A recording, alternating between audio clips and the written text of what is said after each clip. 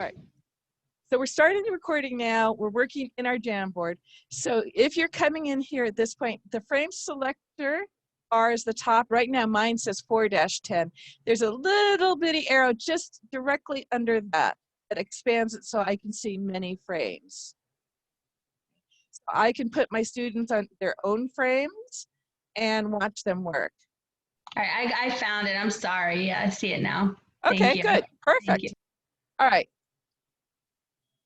So now let's go on. So you can see how we duplicate frames. Let's go on to frame 8. And what do you use with your students? And if you use both, go ahead and put a tally mark, a check mark, whatever you like.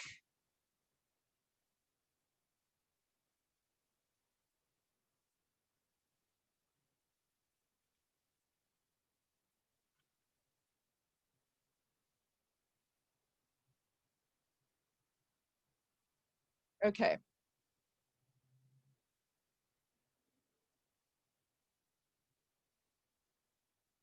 Perfect. So I will try to speak to both. If I forget, would you please remind me? Okay. And you use Teams. Okay, that's the one I don't have any familiarity with. So I'm assuming from what I've read that the things I suggest are also useful in Teams. And I think that Teams actually has a better whiteboard than what is available in Google Meet. That's my understanding, that the Teams whiteboard is excellent. But okay, frame 9, your level of comfort. I would like you to use your select tool. The select icon is the third one down on the left. Grab a arrow and put it under your level of comfort with, and I'm asking comfort with technology, working virtually with your students. Are you a newbie? Are you a pro?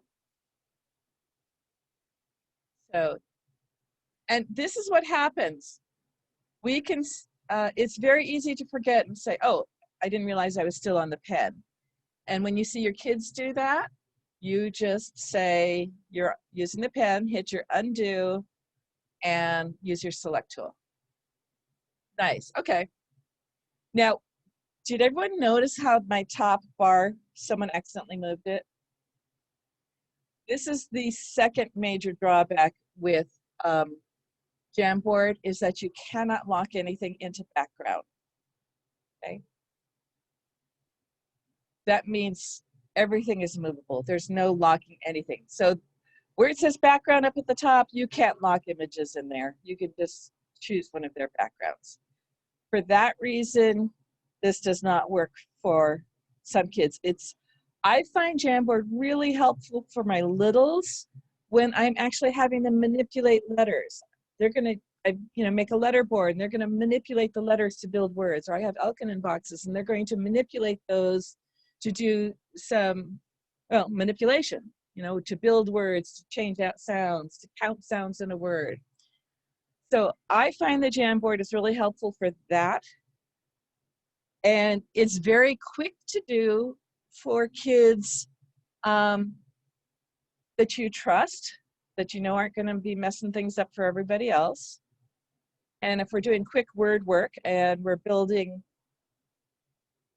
with my older kids, if we're doing morphology and I put out a root word and they start building other words off of it using their stickies to build word parts and affixes that they add on to it.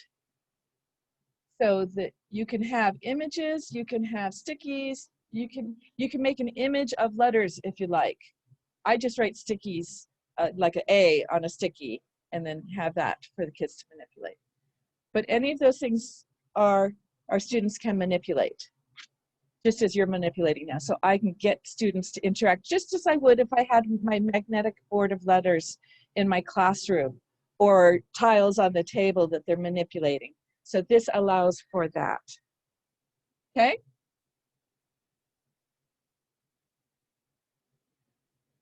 On frame 10, use the text tool, and the text tool just came out in the last 2 weeks.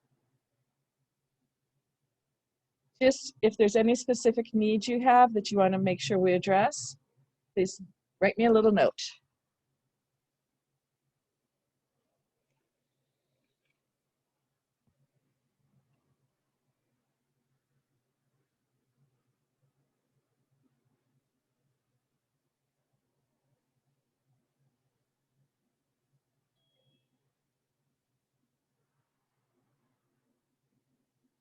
If you just joined us, we are in a Jamboard, and I just sent you the link, text tool.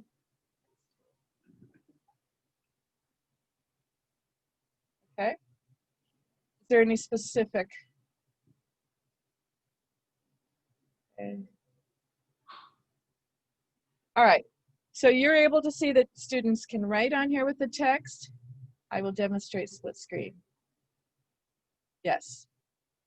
Yes.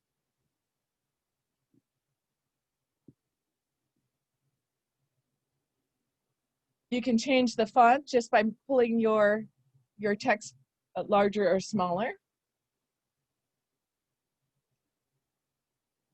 Yes, I do have favorite blending strategy.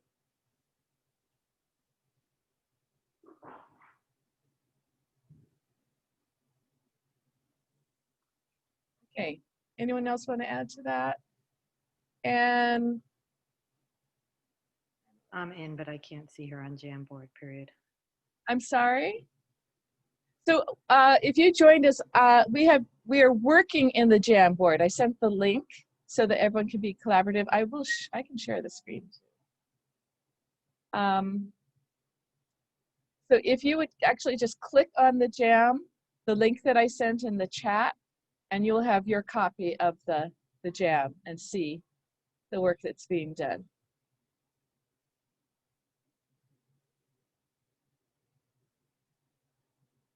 Okay. We're actually just about to move out of Jam, so save that link. You've got it on your laptop, and hopefully everyone's made a copy so you can mess around more on your own copy.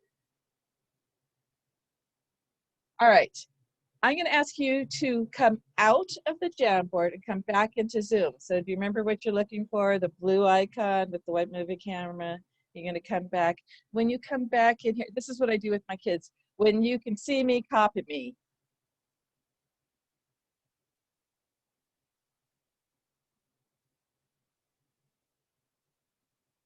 Okay. Joyce, can you see me?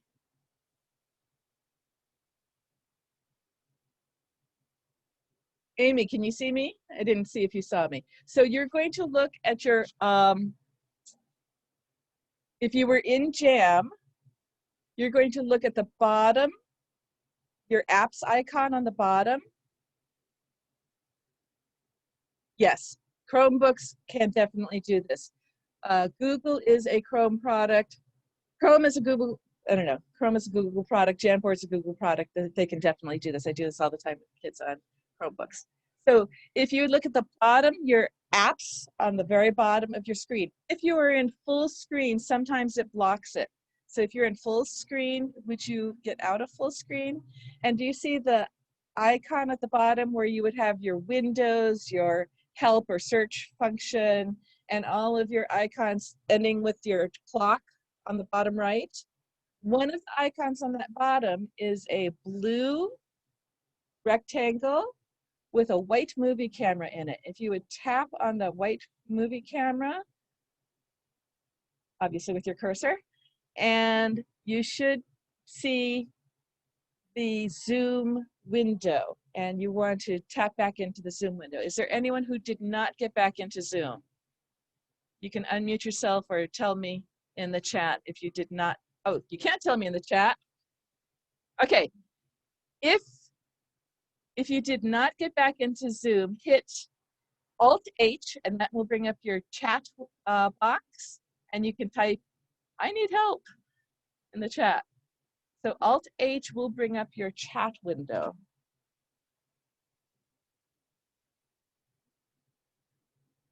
Okay, did everyone get back into Zoom? I'm gonna look again.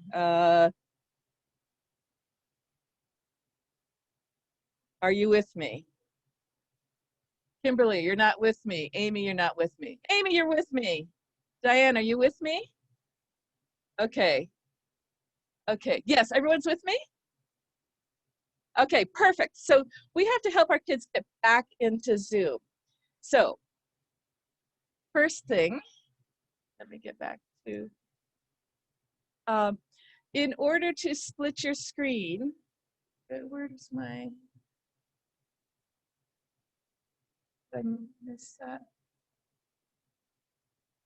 Okay, in order to split your screen, I'm going to suggest 3 things.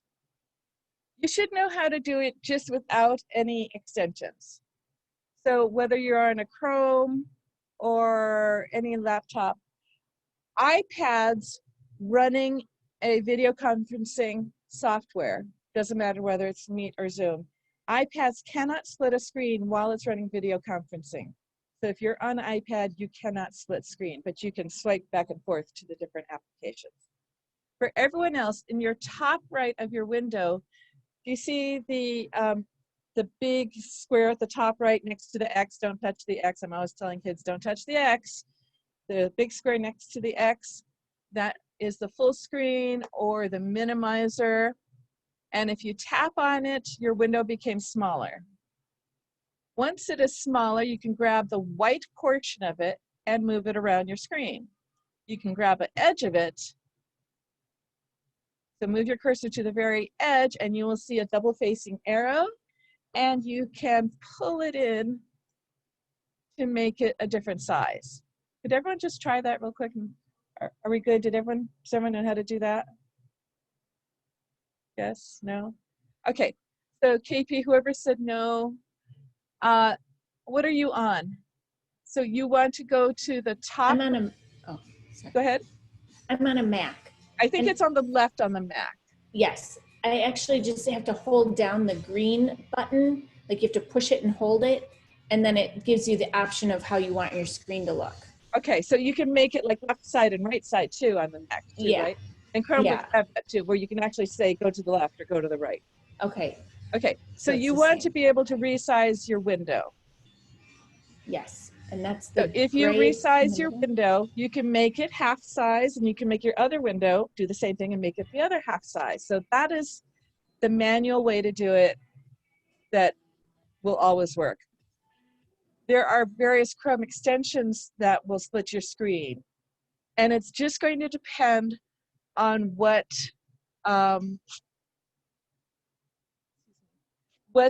your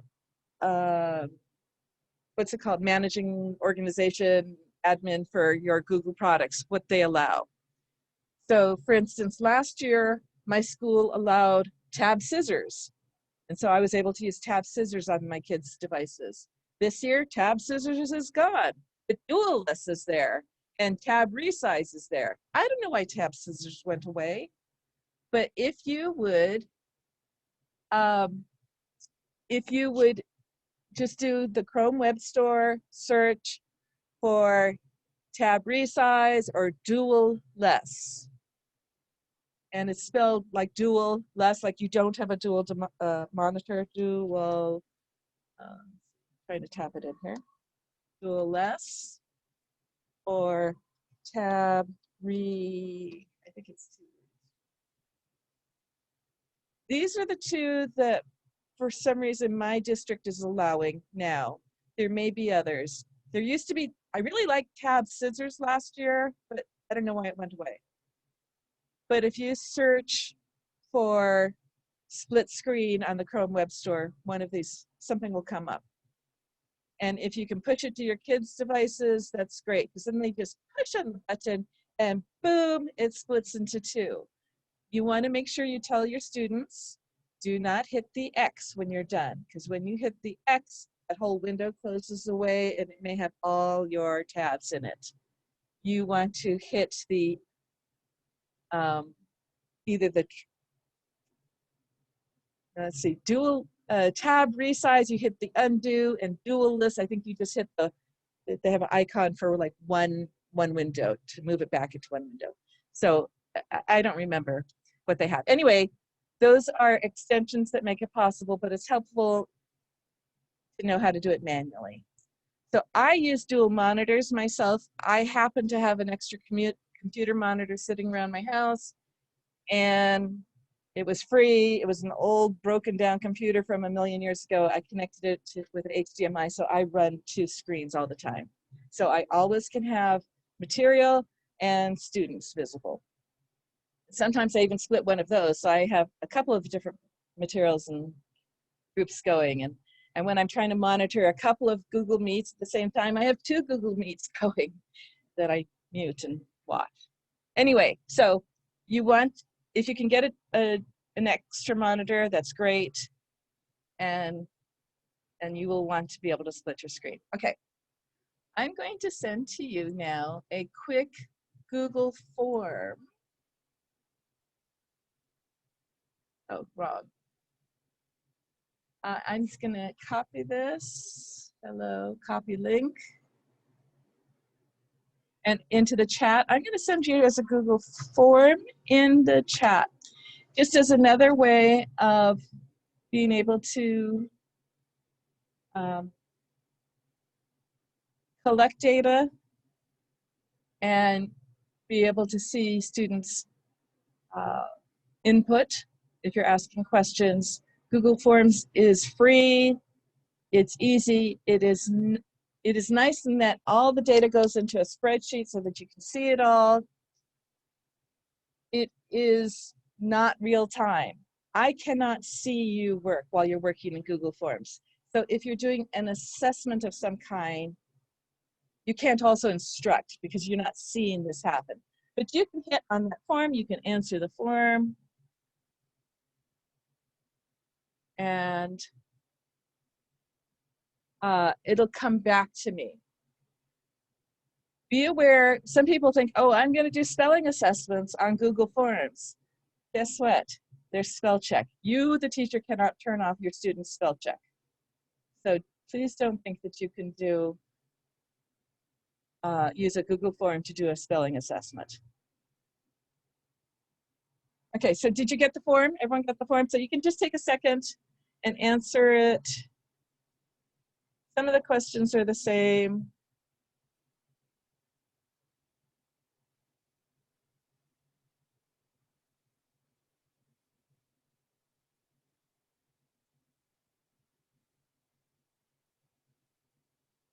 Oh, and I see that I did not make it possible to answer both questions for what platforms do you use. That's okay. But I just wanted you to experience using a form, how fast that can be to get information.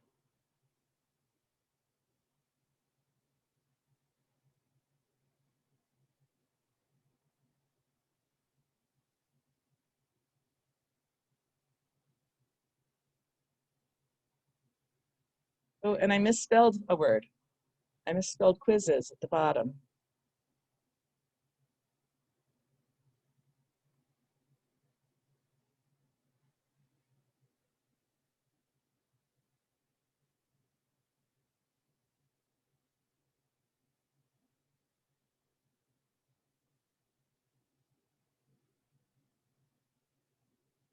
So in order for me to see the data, it will go into my drive.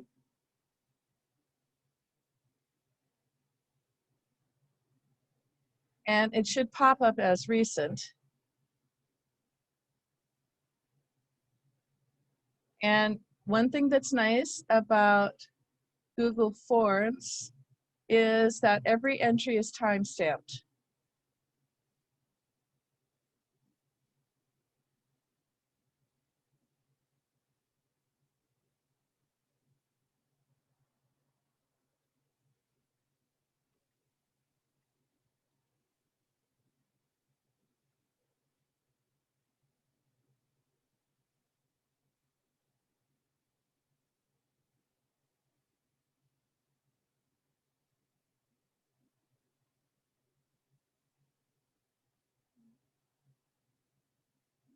Did everyone have a couple of minutes with that? Yeah. All right.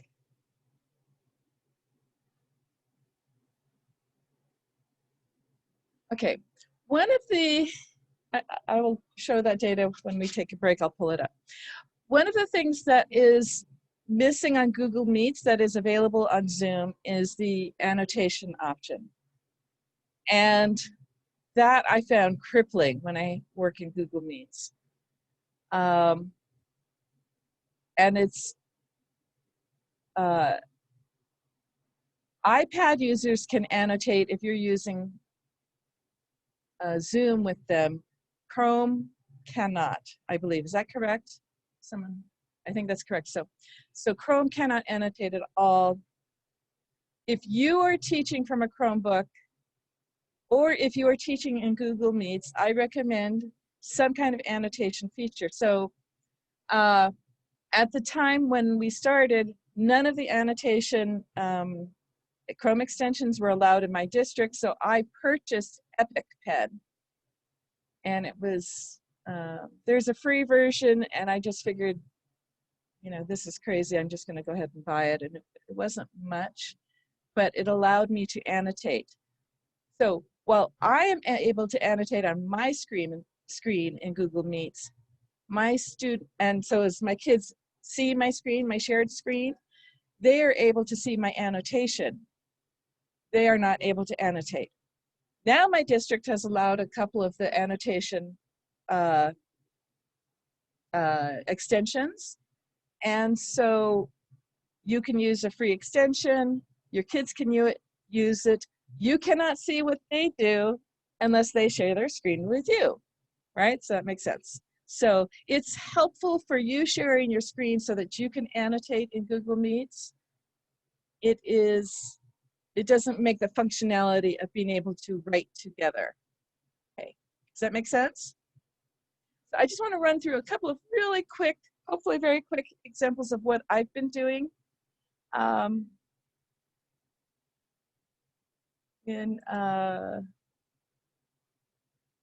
do some writing exercises. So one thing I do is if I'm in Zoom or Meet, I project a piece of paper and I use my annotation, whether it's my Zoom annotation or my Epic Pen. And I believe you will see, it pop up when it pops up. So I'm going to show you my Epic Pen. Can you see that? Yes, okay. So this is the Epic Pen app. And when it's open, it lives like this, and I can use a pen and I can use these things. And using my touch screen, I can write on my paper. So I can say hi and write on my paper, okay? So this is helpful for me to demonstrate letter formation, to model the spelling, whatever it is I'm doing. So I like being able to annotate and show this. For me to see my students' work is another issue, okay? Jamboard, if your students are on a touch screen device, Jamboard works. Seesaw activities work. My favorite is ClassKick, and I will go into a little more on ClassKick to allow two-way seeing writing, okay, for touch screen devices. For the kids that don't have touch screen devices, I ask my students to just go ahead and write on a whiteboard. So to get rid of this, to close this off, stop share. And I will have my students write on their whiteboard, and every once in a while, I'll just hold it up. So I don't like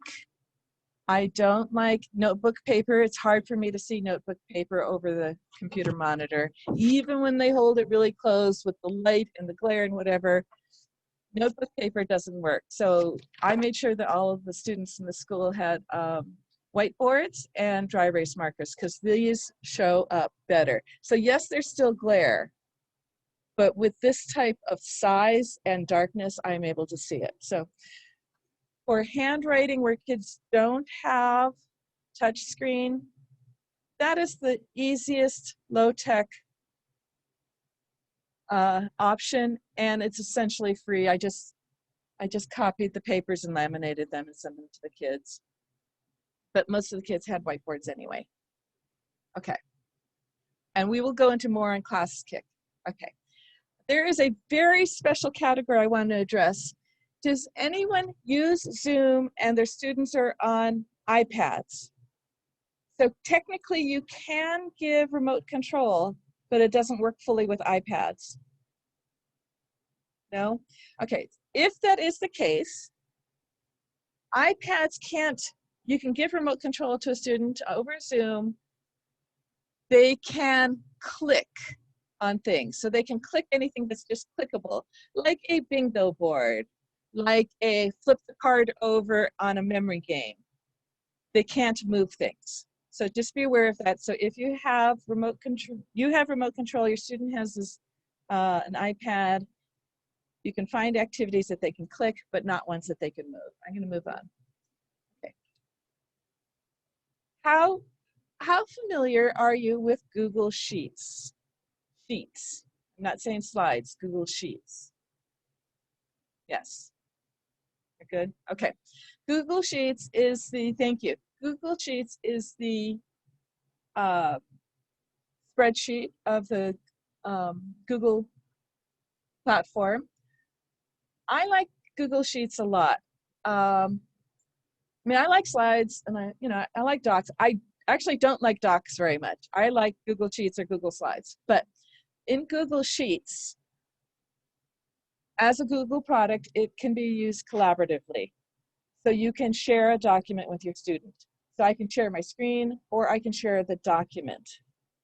In Google Sheets, I often use this for me just presenting the material. And I will show you what I mean very quickly.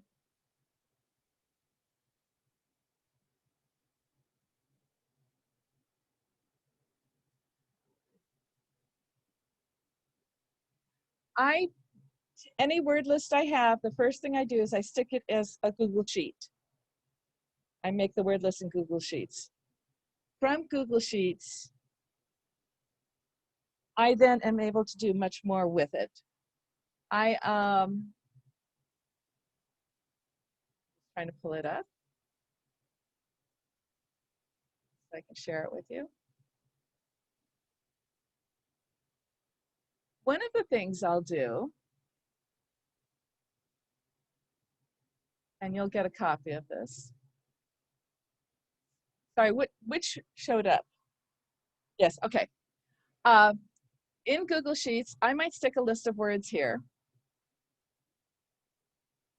And then I just make it so that the words then populate this.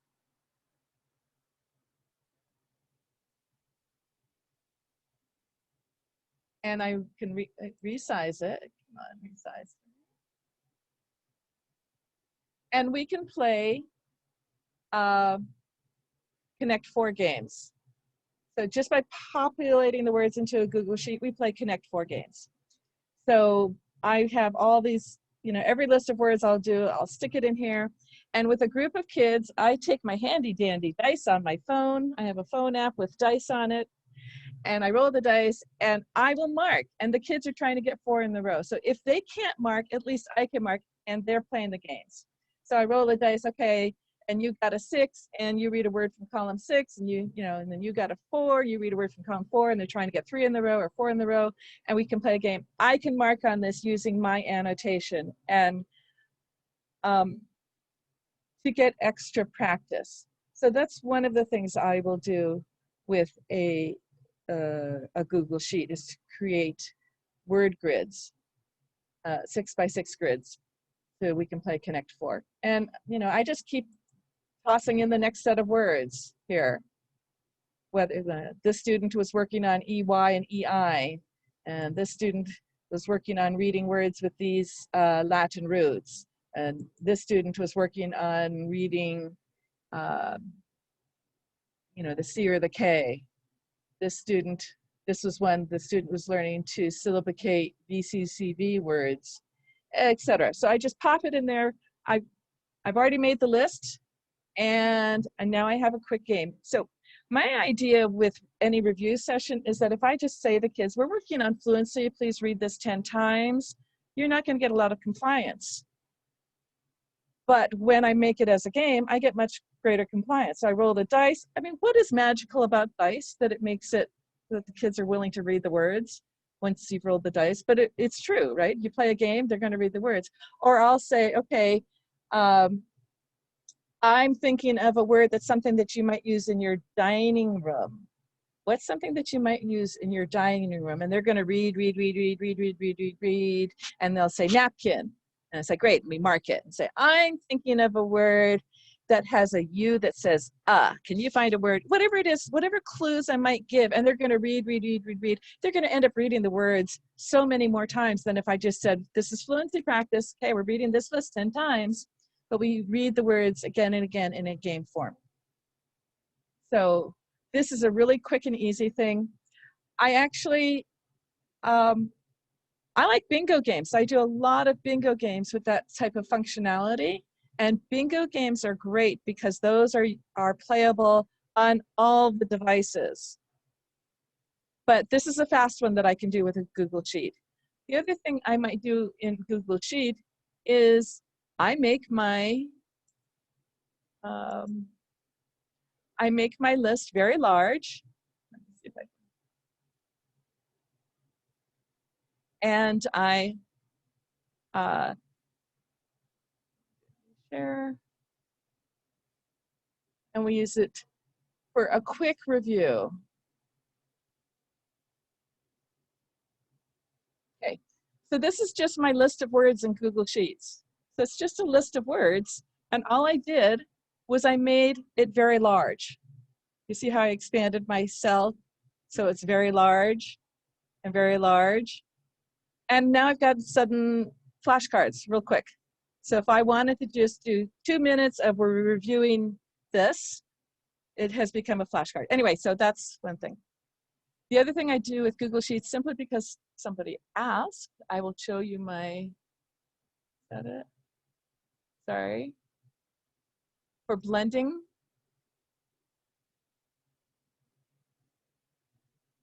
Okay, this is my blending board, and I do this in Google Sheets. And I'm waiting for the random button to pop up. So this has a randomized macro, and I just tap on this, and it randomizes the letters, and we do our blending this way. So for this, I have this, and I have many variations here, CVCs, I have the extra practice on our confusing letters. I do not as a open syllable, but I'll tell that one doesn't work. I'll tell the kids, there's a third letter there, but I'm not going to show it to you because sorry, I'm on the wrong one. There's a third letter there. I'm not going to show it to you until we get these two together. So I want them to learn to blend continuously. And I'll say, I'll see the p, I'll see the But what are we going to say? We're going to say pa, hold it. As you hold it, I'm going to open it, puzz. And I teach the students to blend continuously. Because if I can get them to blend continuously, it works really fast. Now, because it's totally random, I cannot prevent profanity, words that I don't like. I can't prevent it. But I figure if I'm doing a blending drill with a student, I can read it faster than they can. So I just hit the button again. Okay. So when my student says ja, I open it up, ja, n, and we'll do blending this way. Nod. And once I can get them to blend continuously, I do my CVCs, and I want to hear wid. I don't want to hear id. And I know IMC teaches saying each sound, but I've run into so many students that is still in second grade are going k, at, cat, at, and the, because that was a sight word, d, g, dog, and the kids don't have the working memory to retain all those individual bits of information. So I need them to blend continuously. And blending continuously, they make such, the progress speeds up so much. Anyway, so this is my blending drill. I have all sorts of different uh, variations in here. And all this is a sheet where I list all the possibles that I want in the first position, middle position, this position. And I just ask it to randomize the order. That's my button randomizes it. And this is in my resources that I'll link to. So this is my blending. So someone had asked about blending. And that. So how are we doing? Could we unmute for a second? Someone tell me how you're doing. Any questions? The blending app will be really helpful for me. So that was what I wanted to see, and I love that. Okay, good. So it will be in the resources, and I will go ahead and put the Wakelet. I'll put a couple of things in here. So my deck from today that has all the links I'm using today, and some of the links are just my reference, but I think all the ones that, something that you might use, I made it a live, a copyable link. So let me share this one with you. And how are we feeling? Do we want to take a break? Stand up? I think everyone needs to stand up myself. I'm just finding like, let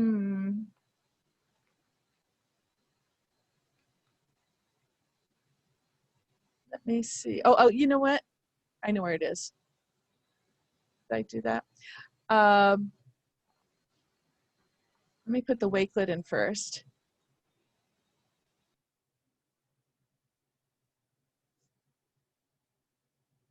Where is it?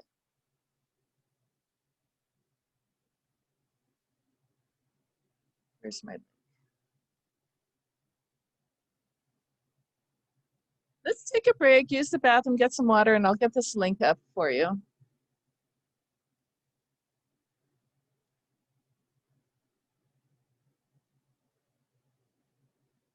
Okay, everybody, do you want to take a couple of minutes?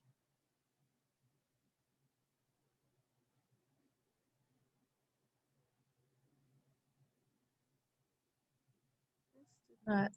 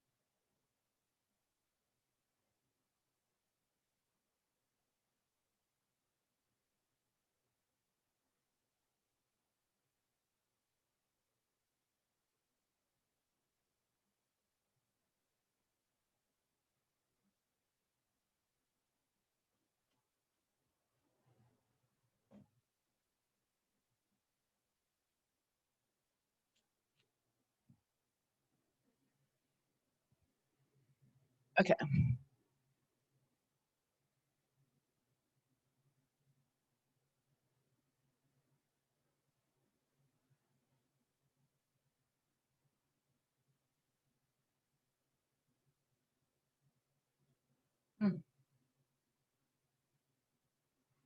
KP, are you there?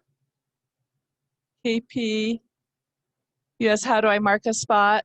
I do that with the annotation tool. So if I present my screen Oh. and I use my annotation tool to mark the kids. And Okay. so Okay.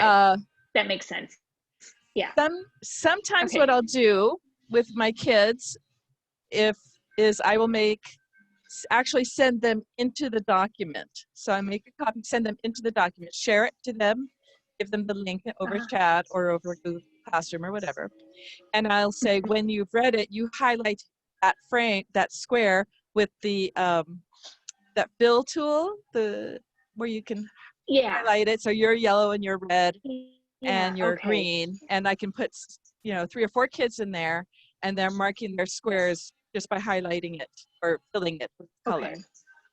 But Okay. often the That easy makes thing is sense. I just mark it for them and do it quickly. But Yeah. they That still might be feel easier. like they're playing a game because, Yeah. I don't know, because I Yeah. rolled dice and because there's chance I involved. know. Yeah. It's so funny, but yeah, it makes a difference. A little dice. Okay. So Thank you. yeah, I put in the chat. I have to leave to remember. Thank you. And okay. I put in the chat the links to my Wakelet and a link to this deck that has the links that I'm showing today. So those should be there for you. And I think all the links that you would want are copyable links. Okay. So for the blending app, in my Wakelet, I have a little video that shows how it's done and how you might modify it. But I'd be glad to help anybody. So I know certain curriculum, it's like you cover these in this level and then these in this level, and you're very set. You know exactly which ones you're going to cover. So you could make it by duplicating the sheets and say this is level 1 letters and this is level 2 letters, and just having those letters. So, but I could help you if that's the case, and then you can save it and use it. What I do, it's just a digital file, and I love digital files in that I make a copy for each one of my students, for my individual tutoring students, and I make a copy for each of my school groups, and I customize it. And I'll say, this student, like if I'm working on vowel teams, I'm not going to have them practice, 20 different vowel team combinations. The AI, the EA, the OUGH, the OU, the OW. I'm not going to list all 20 of them to practice necessarily. I might list just the 5 that student needs a little more review on. And I will customize my blending. So I put what's needed for that student in there. So it's just a Google Doc or a Google Sheet. Just duplicate it, rename it, and make the changes you need. Okay. Now to get on to the more fun things.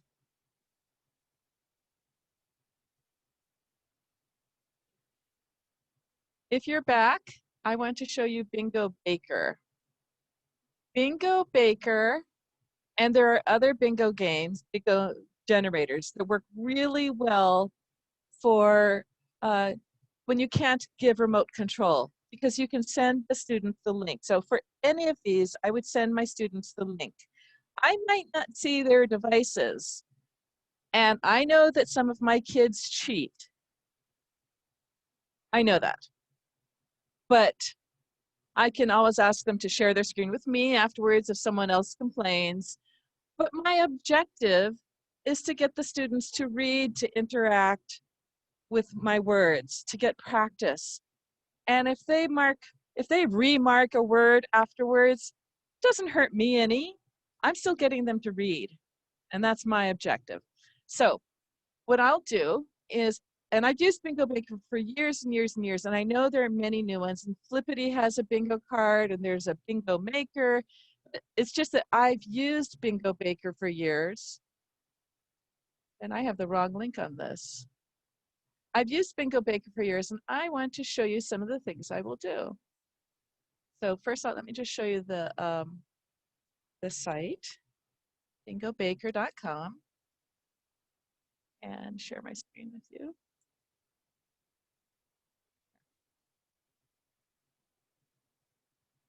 Okay, so in Bingo Baker, you can use it entirely free forever and ever and ever and ever.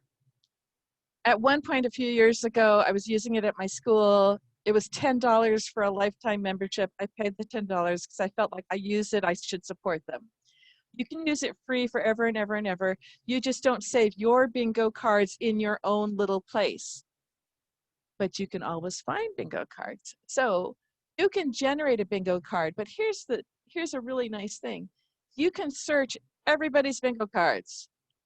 If you're using a stated curriculum, like you're using a Wonders grade 3, whatever it is that you might be using, if you're using Words Their Way, if you're using Mega Words, if you're using whatever, you take the words from that list, pop it up in here.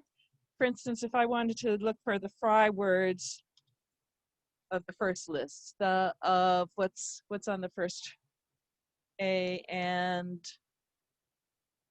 so something. I pop in a few of the words, search, and I guarantee you someone has already made a bingo card. Okay, that was not a good one because those are too common. It's pulling up everybody. So I guess I would have to put in, because everyone uses the, of, a, and. But if I put in, maybe I call it fry list. Someone has made it. Fry list 4. Ooh, someone's made minimal pairs. Wow. Okay. Fry list 1. Here we go. And I can play this game. I can copy it. I can play it. But do you remember I said I always put my word lists into a Google Sheet? What I would do is I would go and generate this. I don't like a free because I want them to read more words. I don't need to give them one free. I can put a title in. I pop that list of words here, and it generates it that fast. So let me just take a list of words from one of these. Okay, this is this. Can you see me do this? I'm going to take this list of words, copy it, boom, that many, copy it. I don't know how many I grabbed. I'm going to put it in here, paste it, get rid of that extra space. Okay, yep, generate. I have a bingo card. It happened that quickly. Okay, we're going to play this game. Are you ready? I am going to send you this link. So if you were my students, sorry, back up. I have to copy it. I get this copy to clipboard. I'm going to come over here to my chat, paste it into you, everyone. You now have a live link, unless you're on a Chromebook managed by your school that doesn't allow links from other outside your domain. Does everyone have that? Thumbs up. Everyone good? Okay, so if you would go in there, now I can't see your card. Go ahead and unmute yourself so we can hear, please. You're going to go into that link, and I'm going to be the teacher, and we're going to play a game, okay? So you're just going to hit generate card, hit OK, and you can see just by tapping on your cursor that you can mark a word. Now, I don't see your screen, and you might cheat, but I don't care, okay? I'm looking for a word that has an O that says ah, Can someone, and everybody, tell me a word where you find word that O says ah, and I'm going to listen to my. Goblet. Say it again. Goblet. Excellent. You mark that one. Anyone else? Goblet. Anyone else? Solvent. Good. Mark it. Anyone else? Console. Mark it. And I will listen for my I cannot kids. get out of my. How are you marking it? Just tap on it. Tap it. In the share or outside? No. In the actual link. So I'm going to actually stop sharing. So Right. in the actual link, I gave you a live link. Yeah, it disappeared. If you tap on the live link and go into this, what I do for my groups, if I'm in a group, is I have, like I make just a little list and the names of the students on the group for that period, and I just put a check mark that I've been hearing them to make sure that I've been getting responses from each of my Awesome. kids. Does And everyone mark when you hear the word, if you have it, if someone's saying it, are you having everybody mark it like No. tonsil? No, No. because I'm going to give many clues, and but I want them to keep reading and reading. Sometimes I'll give a clue that's just for one word, but oftentimes I'll give a clue that can be many words. I'd like to find a noun. Do you remember nouns are names, persons, places, and things? Can you find something here that's a thing? Someone tell me. Helmet. Excellent. How would I make that plural? What would I do to make it plural? Helmets. Add an S. Excellent job. Mark it. Someone else find another noun. So I'll go through. Tablet. Excellent. How do I make that one plural? Add an S. Excellent. Mark it.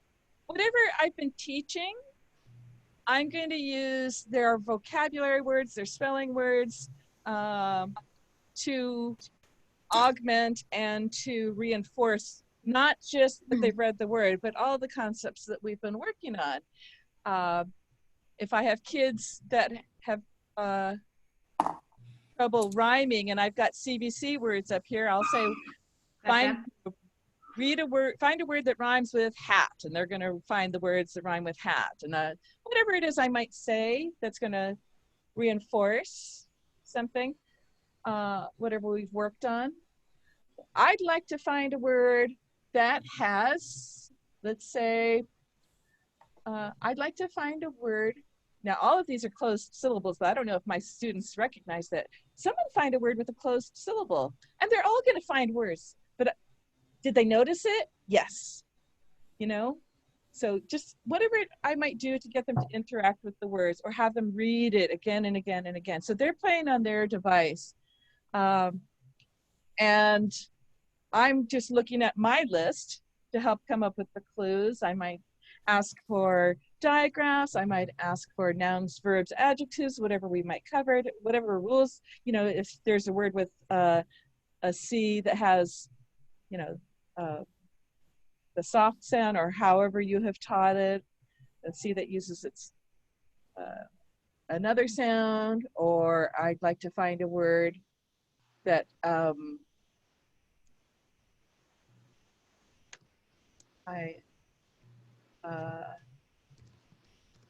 that uses the floss rule, or a word, none of these are silent E words, whatever that we might be coming up with. So a list like this, you know, it's like, I'd like to find a noun that's a person. Can you find a word that's a person? That's a noun. Nouns, name, persons, places, and things. Dentist. Excellent. Someone find another one. And we'll go through and ask things like that. And we'll play. So the kids are playing on theirs. They're reading. They're reinforcing. I'm trying to, whatever skills I might have been working on with that group, I'm going to try to reinforce it by using a bingo board. And it's, if I just ask them to look down this list of words and read it 10 times, I would not get compliance. But by saying, it's a bingo game, and good job, so-and-so, you won. And everyone say congratulations to so-and-so, and so-and-so, what do you say to everybody else? And going on and on. So I do bingo boards for, I just wanted you to see how quickly they happen, okay? I take my list of words, pop it in there. It was less than a minute. I had a bingo board that I sent out to my kids. Okay, let me show you. Emily, Are you seeing everybody's board? No, I'm not seeing anybody's board. Okay. So, and I know kids cheat, but if I'm getting them to interact and I'm checking on my, so if there's 4 kids, I can make sure that I'm listening to all 4. When there's more than 6, then it's like I need to have my list, because it's like, oh, I can't tell anymore by the voices. So if somebody says bingo or has a bingo, how do I they? can ask them to show me their board. Okay. Because I've taught my kids how to share their screen, so they can share their screen with everybody. Oh, good job. And then you make them read it, right? And then at least they're reading it. Yeah. Okay, so this is just if I'm working on spelling words or vocabulary words, whatever it is. I just wanted you to see how fast it goes into a bingo board. I'm going to show you a couple of other bingo boards. And if you would come back to the meet, I will send you another board to go into.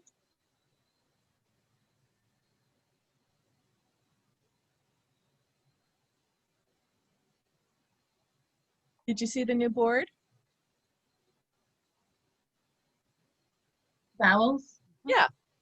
So Right. a lot of us do vowel intensives, and whether or not you do it every day, often we need to work on vowels with our students. So we might practice just reading the vowels. Let's go down. Now, if I just want them to read it, I will just share my screen, so they're reading my board. But once we go to play, I'm going to say the word is cut. What's the vowel sound you hear in cut? And everyone's going to find, they'll say you says and everyone's going to mark it. And they're going to mark their own place on their board. Okay. And the word is cat. What's the vowel sound you hear in cat? And I want to hear a says and. They'll mark it. So if this is where my students are. This is what we're going to, a fast way to get them to practice, that they're all practicing, and it's not just a matter of read down your list, right? Or, I don't mind picking up tents or holding up popsicle sticks, but this is just another way to do it. And like I mentioned, my students, I have to have many, many ways to do things. Right now, of my private students, 3 of them have ODD. And it's so difficult. 6 of them have autism. And the ones that have autism, they also have dyslexia. And ADHD. So it's like, I know the skills I want to practice and the things I want to do, and I need to have the structure, but I need the flexibility within the structure. So like I have many options to practice. Sometimes we do it with our bodies. A says, we make an E with our hands, or whatever it is we're going to do. But this is just one of the ways we might do it. Okay. I also will do. I'm just going to pop a couple here into chat, and you can look at these.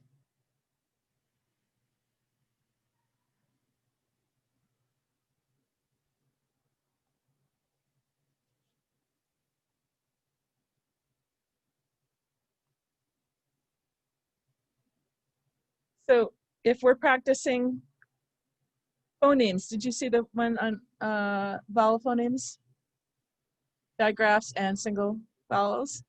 And I might sit there and call out, how can we spell A? And my kids will looking at this, and they can say, well, and they'll mark on their card, AY says A says A, EY says A, and they'll mark all the ones that say A. I say, great, clear it. Okay, what says E? Well, what spells E? And we go and mark it on our bingo board. It's just one of the ways that we can do this, okay, to practice it. So I keep many bingo boards because there are times when I just need to pop in a quick activity and do something productive and yet change up what we've been doing. So whatever we might have learned, I can put it in here.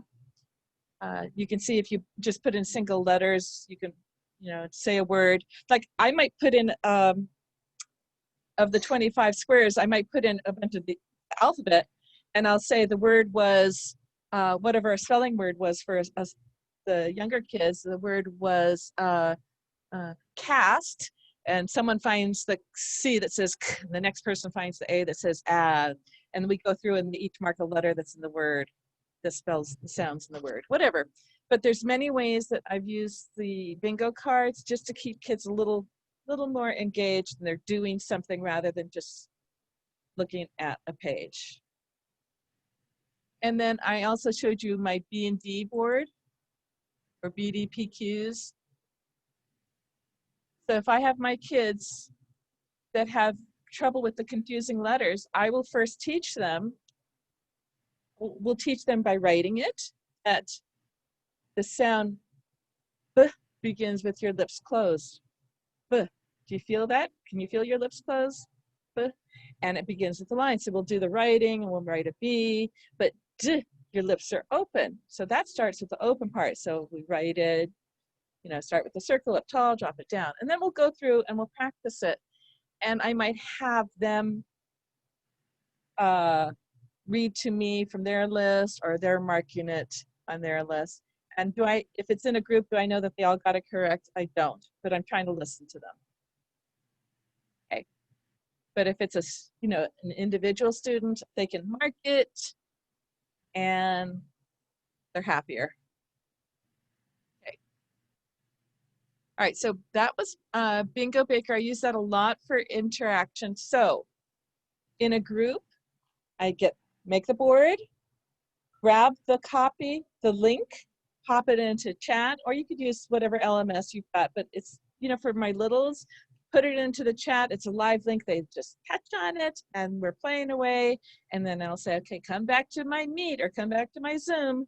And they know to look for the blue icon at the bottom or the green icon at the top with the red dot, and come back after we've played. But I'm still talking to them and trying to teach along while they're doing some kind of interaction. Any questions on that? Okay. Okay. How many of you are familiar with Flippity? No? Okay. So Flippity is great for individual students if you're working one-on-one. I have not found it very useful for group, or let's just say that I've found other things more useful for groups. So if I'm in a group, I would prefer to use Jamboard or ClassKick, but for individuals, Flippity is really helpful. So I'm just going to walk us through building something really quickly in Flippity so you can see how it can be done very easily. Flippity takes a Google Sheet and they do their coding. You just have a Google Sheet. You put your list of words in your Google Sheet, or a list of whatever in your Google Sheet. They take your Google Sheet, they do their coding to it, and then they produce something that looks nicer. So we're going to go to, make sure this is the right one. I'm going to send you a document, and you're going to make a copy of it, and we're going to walk through. So first, I want you to watch me. Let me share my screen with you.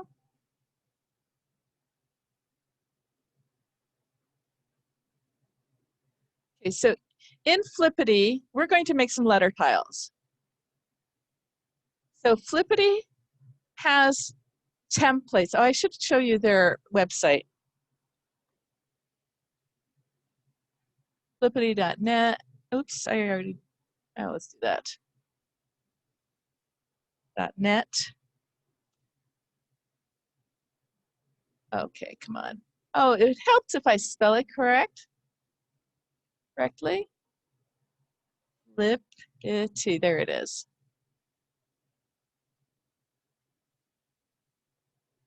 Go. Okay, so it looks like this. And these are all the templates that they make. I don't think they're all very useful. They have a bingo board. I do like Bingo Baker better, but Flippity has a bingo board, so you can do it here. They have these other things. They have this game board, so if you're playing with one student, you can make an interactive game board on Flippity. And I have a video on that in the Wake clip. They do have a randomizer. I don't care for their randomizer because if you have several variables, it makes each one smaller and smaller and smaller. And there's no reason that they couldn't code it so that it still stays large enough. So if you're doing 20 variables for the first spinner, each one is super tiny. But if you only have 5 vowels for the middle one, those are big. So I don't think they did it very well. They have a random name picker. They've got a Jeopardy show. They make flashcards. But we're going to work on the manipulatives. And so I'm going to show you just very quickly. To do this, you're going to make take their template, make a copy. I'm going to get rid of all of this. Sorry. And delete. And I'm going to just put in, why is it not working? Okay, there we go. I'm going to put in some letters. A, B, C, D, E, F, G, H, I, J, K, L. You get the idea. Okay, I might say I want my vowels to be red.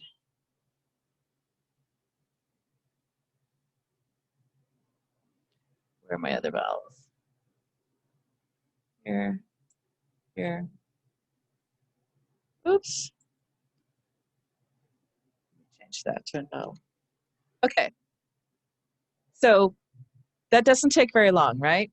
We could all do that. So I do that, and then the instructions say you would name it. So I'm gonna leave it as demo. You come up here to File, you hit Publish to the web. It's gonna ask you permission. Yep, publish it. Okay. Ignore this. X out of there. You come over here to get this link. This link here is a live link. Now watch, that took, if I didn't mistype, that would have taken me about 60 seconds. These are all manipulatives now. So my students can use this. If I'm working one-on-one with a student, I could have my students pull up the link on their computer. I send them the link to it, pull it up, and share their screen with me so I can see them. So this is helpful for one-on-one, and you can put up whatever you like, and it happens that quickly. When I'm not mistyping, I can do it in 90 seconds of start to finish and have it up there. I can put up my students' vocabulary words. I can put up, I use this a lot with morphology, so I'll put up word parts and have my students build, you know, like here's my root word, and they use the various prefixes and the various suffixes and build words. So we do these little word grids using this. This is nice for one-on-one, and it's nice for independent work. So if I'm giving work for my student to do when I'm not with him, or if I want to work with one student in the group while the others are doing something, I might send them something like this. You're going to build either spelling words or build words using these affixes, and then do a screenshot and attach it to your assignment or show it to me later or whatever. So this is a way to get our students to actually manipulate things on their screen. It works best one-on-one because I can send the link to one student and I can have that student share a screen. For multiple students, it works well for independent work, and then I say, okay, you're going to do a print screen when you're done so I can see the words that you've built. Does that make sense? Do you want to try it, or should we move on? I can't hear anybody. Move on? Move on. Yeah, we can move Okay, on. good. So you can do that. I also like their memory games because, am I sharing my screen with you? So in the memory games, there's the option of putting numbers on it. So I can play this in a group and I just have my students call out the numbers of what they want. So, you know, I just go down, having the kids unmute, and someone says, I want 1 and 3. Oh, gosh. And like this is Latin roots. Sorry, Steph? Emily, I have a question. Yeah. Sorry, I'm just noticing that I use this all the time, but I've never seen the cards numbered like this. How did you do It's that? this, it's up Did here. they change it? Yeah. Oh, you can put numbers up there. Oh, Isn't that okay. nice? So what I used to Yeah. do, Used to be like is I would first row, second column. I would do A, B, C, D, Yeah. and then 1, 2, 3, and I say, okay, this is battleship. This is battleship Yeah. memory, and the guys would go, oh, okay, B4, and you know, C2. So I Now have another question. They have numbers now. But can so a student on a Chromebook is not able to take their mouse and flip a card if you share the link with them? Because I've tried that and it didn't work. Oh, yes, they can. If you share the link with them and they share their screen with you, yeah. Yeah, and they shared. I tried doing it, it didn't work. I probably did something wrong. Is anyone So on you a share? Chromebook and you want to try it? Let me just share this link with you real quick. I'm going to share it with in the chat.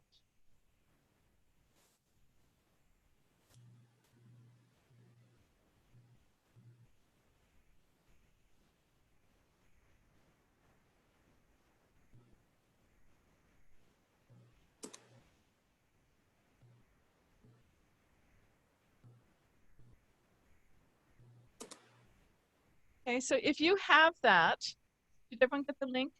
You can pull up the link and let me give you the ability to share your screen.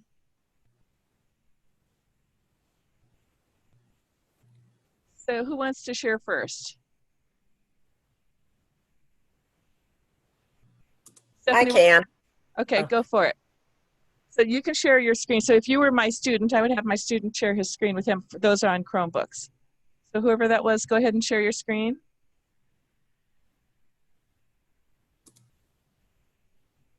It says desktop or application. So your choice is to show everything or the smaller. So you can just do the application. There Okay. are advantages to either. So if I'm switching between many tabs, I do that whole window. Okay. Okay. So I have it. I do have a Chromebook, so I thought I would volunteer. Okay. I do have the numbers here. Do I put those on there? Oh, You can. that went on. Okay, now you can flip cards. So if you were playing, you would flip a card. And I would make my kids, okay, so the roots are dict and port. And when we're first learning, I would say dict means to speak, like dictionary is all the words we speak, or I can have a do dictation. Port means to carry. And we have transportation where we carry things across from one place to another, blah, blah, blah. And after a while, the kids are telling me the words that they know. Okay, now, because you're controlling it, I'm the teacher. I'll say, could you turn over, let's say I want 1 and 2.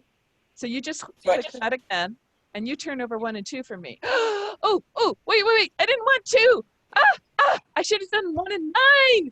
Okay, and then the next person, Stephanie, you would say, tell her what you want her to turn over. Okay, 4 and 12. Should have gone 1 and 9. Should have gone 1 and 9. I'm sorry, I'm not really, I'm taking notes. Yeah, okay, so then you would tell the words that you knew, whatever. Okay. But for my So Tracy, you're on a Chromebook? Yes, I am. All That's right. why I volunteered. Yeah. I don't know why it didn't work for me. So the kid has to share theirs. I had to share my screen and I clicked on the application. It gave me a choice, application or what was the other one, Emily? I think it was full screen. I can't remember. But I had to click application. Okay, I think it was desktop. Do you want me to stop share? Yeah, does anyone else want to try it? Make sure that you know how to do that. So this is one of the things I teach my kids right away is how to click on the links, how to share their screen with me. Okay. first I teach them how, if they click on the link, how to get back to our meeting. But then, That's a good call. and then I teach them how to share their screen. So, So what do you say to tell them how to share the screen with you? so, so on Zoom, I say, move your cursor down near the bottom. There should be a green Yeah. that comes up that says share screen. You're going to do that. And then it's going to give you some options. And the one that has the picture of either, it's usually going to be the picture of the Zoom meeting because all the kids just have one. That's going to work most of the time. All right. I just shared my screen. Is that what, is everyone seeing that? Yep. Okay. So, all right. Oh no, it didn't work for me. Emily, I have a quick question. Yeah.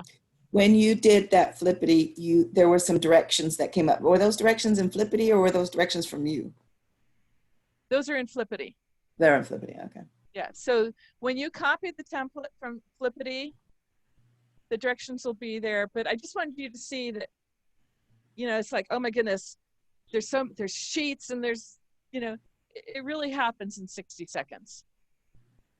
That, you know, I pop my list of words in, I hit publish, I hit go down to the other one of get, it says get link here, and boom, and then I'm up and running. Okay. One So more quick question. Yeah.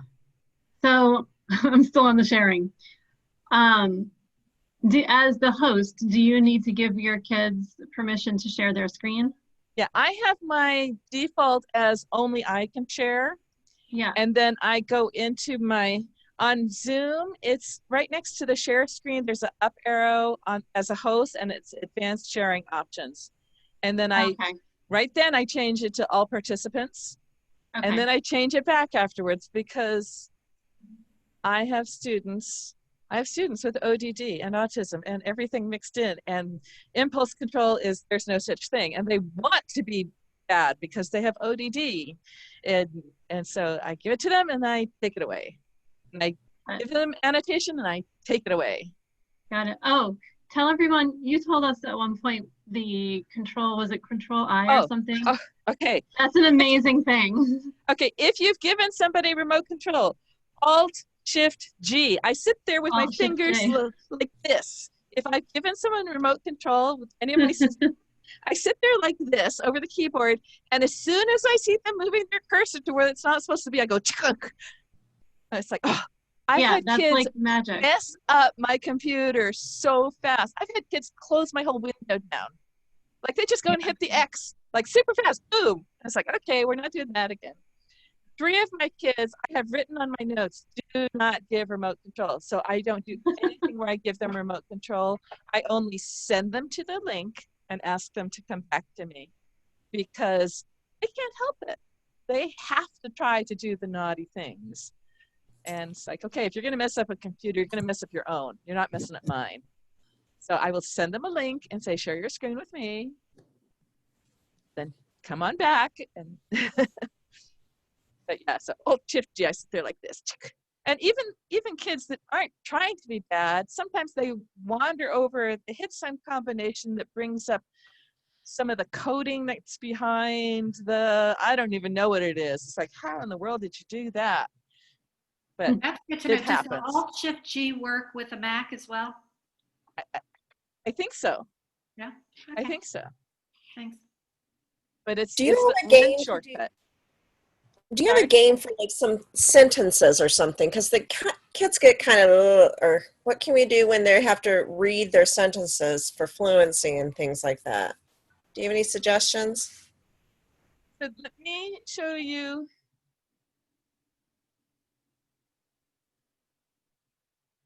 What do I want to show you? Okay, so my favorite for that is Class Kick.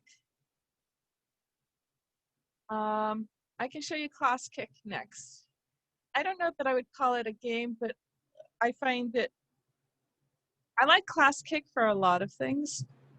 So I might as well show you that. But to get kids past the reading reticence, I think success is the best motivator there. And I think when our kids are always feeling so junk, they don't want to. but when they feel success, then they're, you know, very proud to do it. So rather than make it more fun, I really emphasize making them successful so that they're feel good about what they're doing. And I have these little guys, oh my goodness, you know, when they start beaming as they listen to themselves read, and they're like, mommy, mommy, mommy, or is, you know, and they're just like, or I have these kids in the public school groups, and they're like, oh, in Hawaii, very local, very pidgin, and they're like, oh, I should have been in the spelling bee. And it's like, you know, it's like, oh, you know, when these kids start feeling the success, and that's the best motivator. So when I can get them there, that's my first goal. So I use the fun when I have to, like, you know, to break things up, to get more repetitions than they would want. A game somehow gets more repetitions without the fight. And for That like makes just word reading. But in connected text, that success is the biggest motivator. Okay.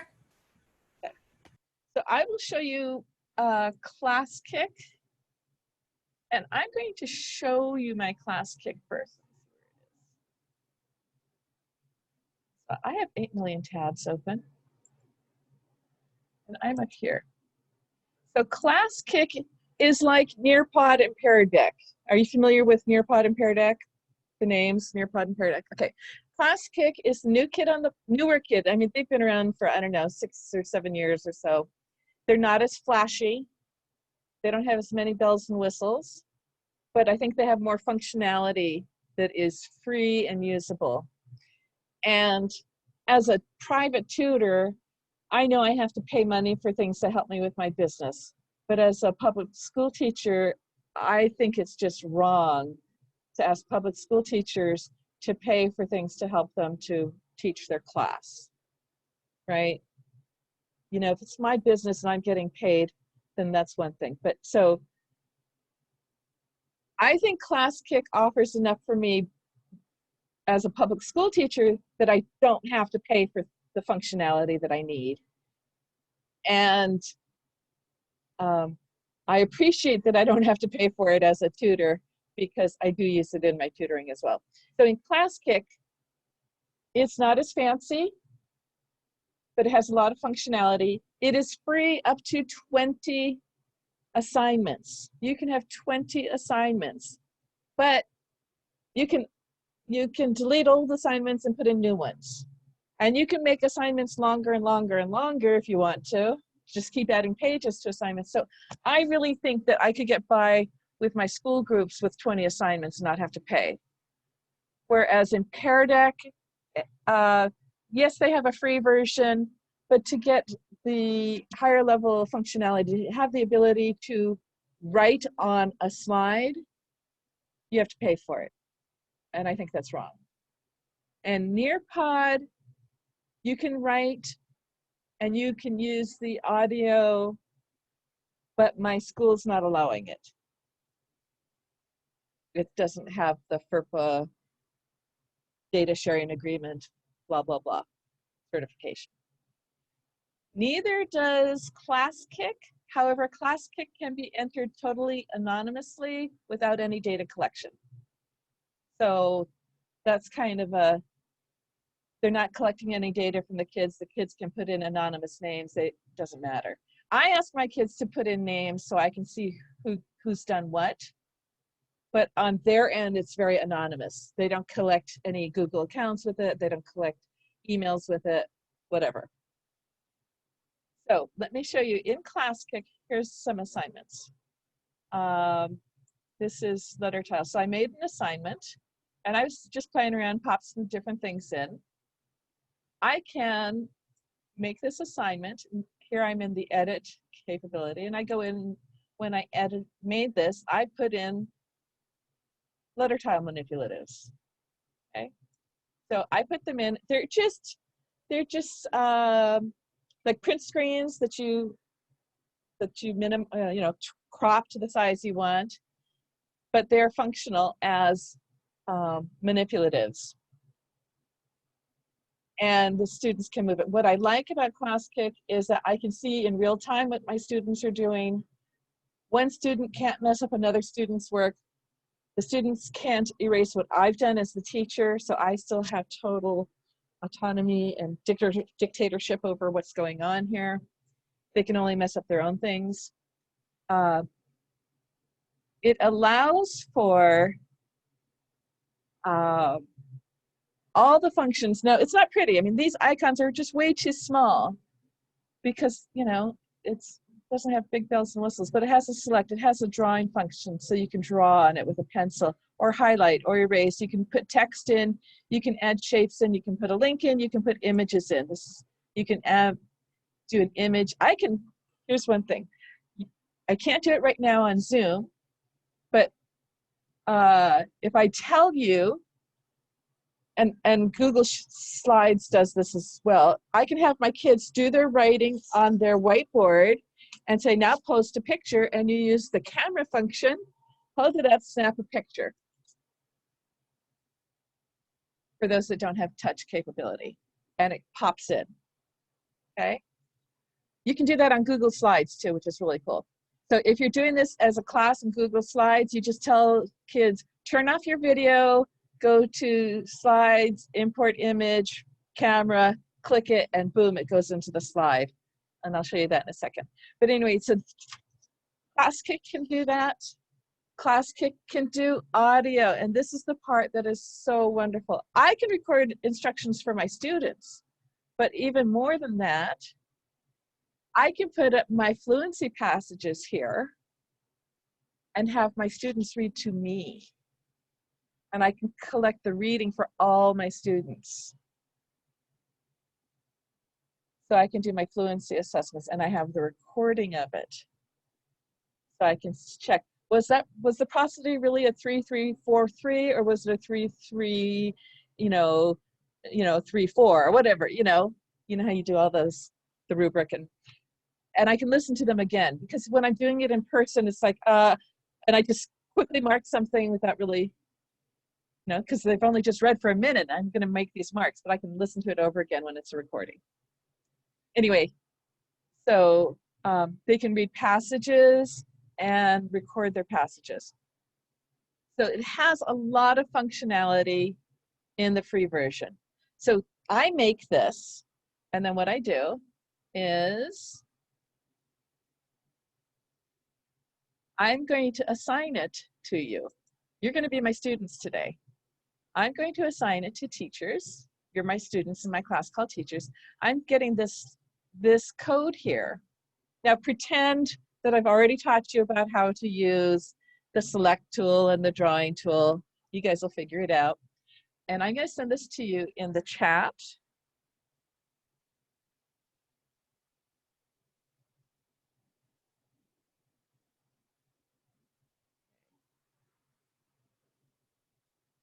Sorry, Control V. So I'm going to stop share. Is there anyone who won't go in? You know what, I guess I can keep sharing.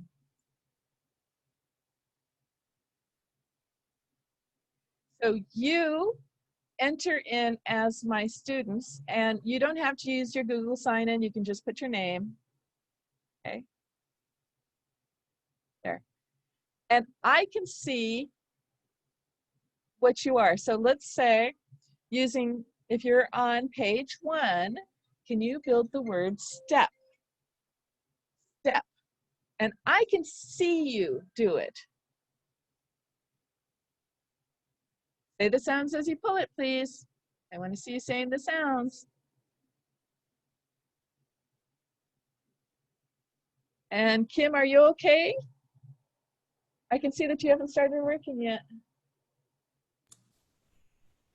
I just lost where I was.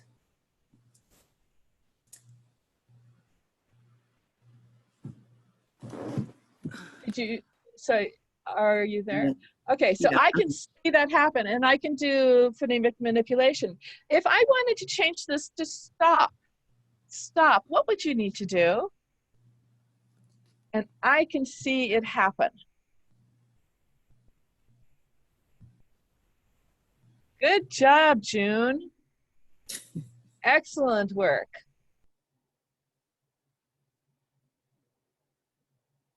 Okay, so we started with step, Jen, and I want to change it to stop. What do I need to change?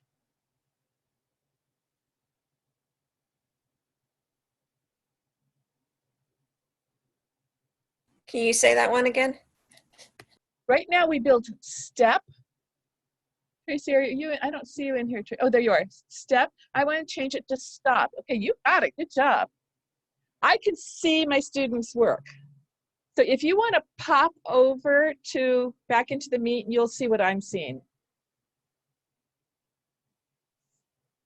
So going back down to the Zoom, sorry, not meet, Zoom. Can you see this? So I can see June's all the way over here on page 3. June, we were working on page 1. You see this? I can see where my students are. I can see that the work that they've done. Now this is kind of little, but let's say I think you've got that right. I can pop here on her page and look at it full size. So I can look at each of my students' work. Okay? All right, I'm looking at your shared screen and then I can't get back into ClassKick. How do I get back in? So if you're full screen, you might not see the tabs. You want to get out of full screen and see the tabs across the top of your Chrome bar. And you're looking for the one that's a green hand. It's a green square with like a white hand on it. Maybe I'm just. You probably have 85 tabs open like I do right now. Are you in your I can't Chrome? tell if I'm looking at, I think I'm looking at yours. I'm not looking at mine. Let's see. So actually pull your Zoom screen down out of the way so you can see your regular window. Hold on. It's all messed up. Exit full screen. Ah, okay. Now can you see where the ClassKick, it's a green square with a white hand on it? Yeah, I can't find my screen. Hold on. I think everything's just covered up. Oh, I know. That's the thing with the Zoom, the thingy, moving it all the time. Okay, so this is just one of the things we can do here in ClassKick. And I can keep popping things in to make more pages. I can put in reading passages and have them read. You can see if you went to page 3 that I put audios in for the kids to practice their spelling. Now, if the kids are on touch screen devices, they can physically write on here. So this is really nice for the kids who are using iPads, that you can do your writing. They can actually, I put up a page that's just lined paper and they write on the lined paper. So how did you make each of these screens? On ClassKick, or are they taken from somewhere? I made the manipulatives within ClassKick. And yeah, all of this was made within ClassKick. You can import images. So it's like super fast. If you will come back to the Zoom meet, I will show you some of the other ones.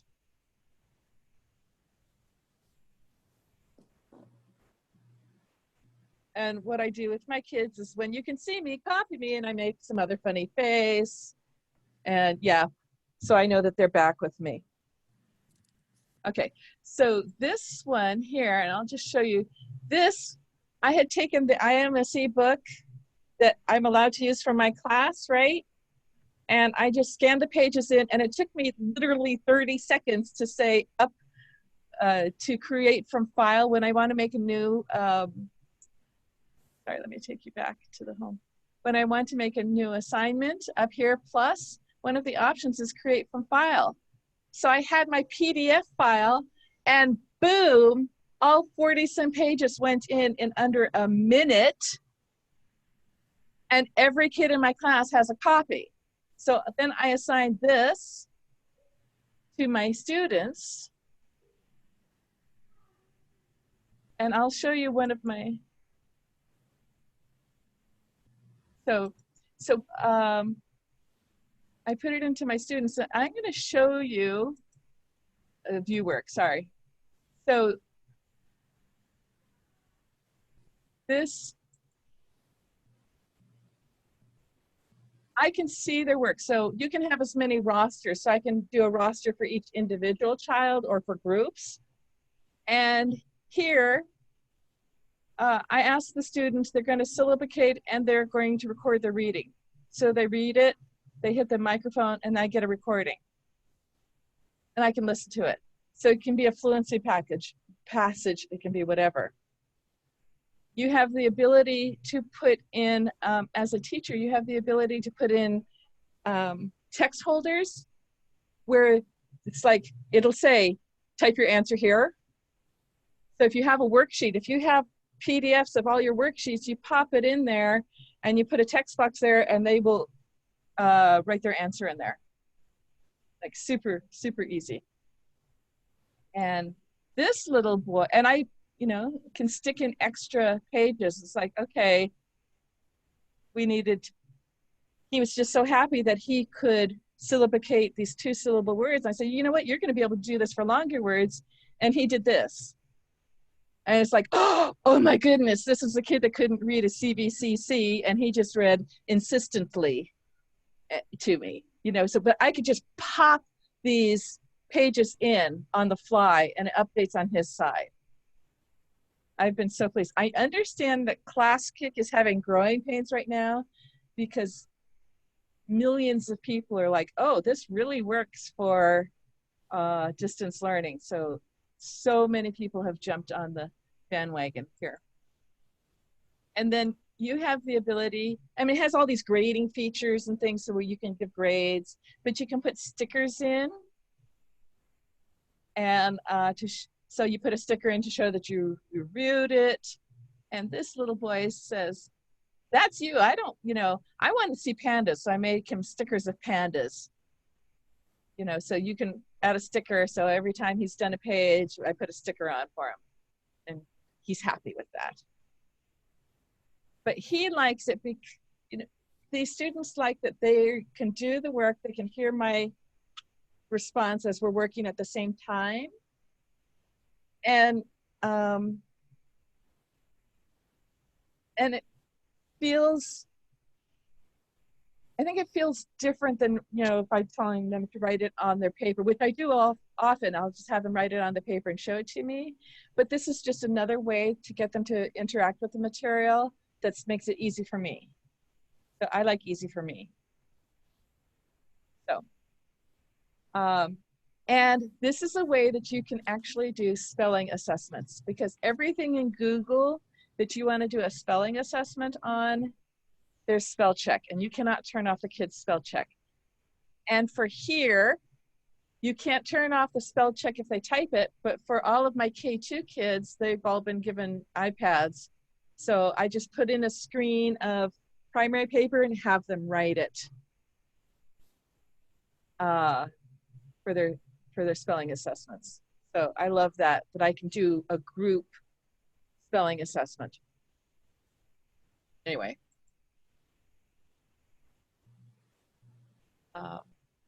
And there are many, many, many YouTube videos on using ClassKick, and I have a couple on using ClassKick as well. Emily, could you repeat again how you made those letter tiles though? Yes, I will show you. So when I go to create an assignment, it's in my edit feature. Okay, let's say I'm going to add another page here. And I'm going to put in a manipulative. This is their manipulative. And it says, manipulatives are really images that the students can move. So I'm going to select something. So let's say I have here in my,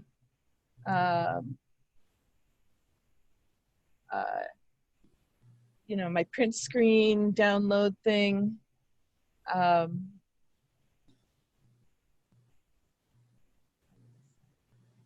you can't just copy it in, but you can save it.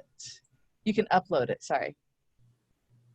Okay, so I'm going to select a file, and I'm right here. I'm selecting a file from my computer, and this is going to be my manipulative. It could be my A, B, C, D, whatever it is that I've taken an image of. So I had made a document with all my letters, and then I just go in and snip. So I had my document that had many letters, and I come in and I just snip the A. Like I would snip that. And then I would say next, and then I would say add another, and I'd go back to my document and snip the B, and then snip the C and snip the D. And then when I'm done, it becomes a manipulative that the students can move. So it took me a little while to get all of my letters up, but not very long. And then once it's up, I can copy it again and again and again, and I can copy it from this one over into that assignment if I want to. Okay. So it did take me a little while to get all of my graphemes up, but not very long. Certainly not as long as it takes me when I would print them and laminate them and cut them apart and put magnets on them or Velcro dots or whatever, right? So it's way faster than doing that. So I just take my printed sheet, do my little snip letter by letter and stick it in. And then, like if I wanted to put a text in here and I say name,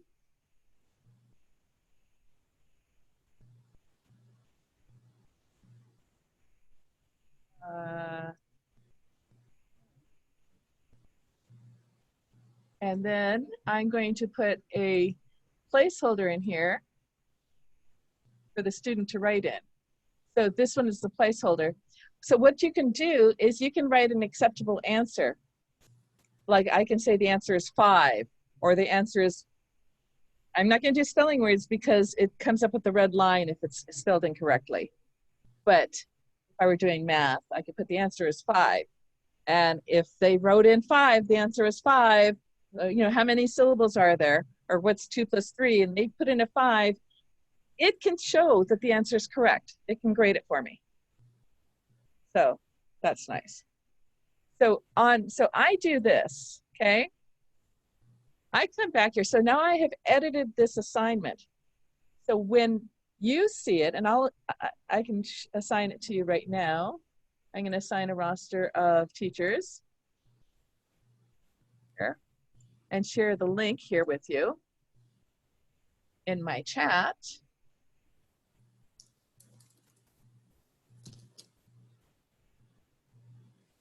Where'd chat go? I have too many things open.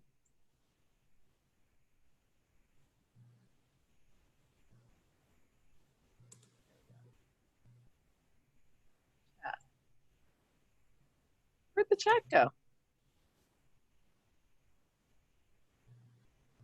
I'm gonna stop share for a second because I've got something. Oh, there it is, found it. There. So I'm giving you this assignment, and you can see that it's been updated. So as you come into it,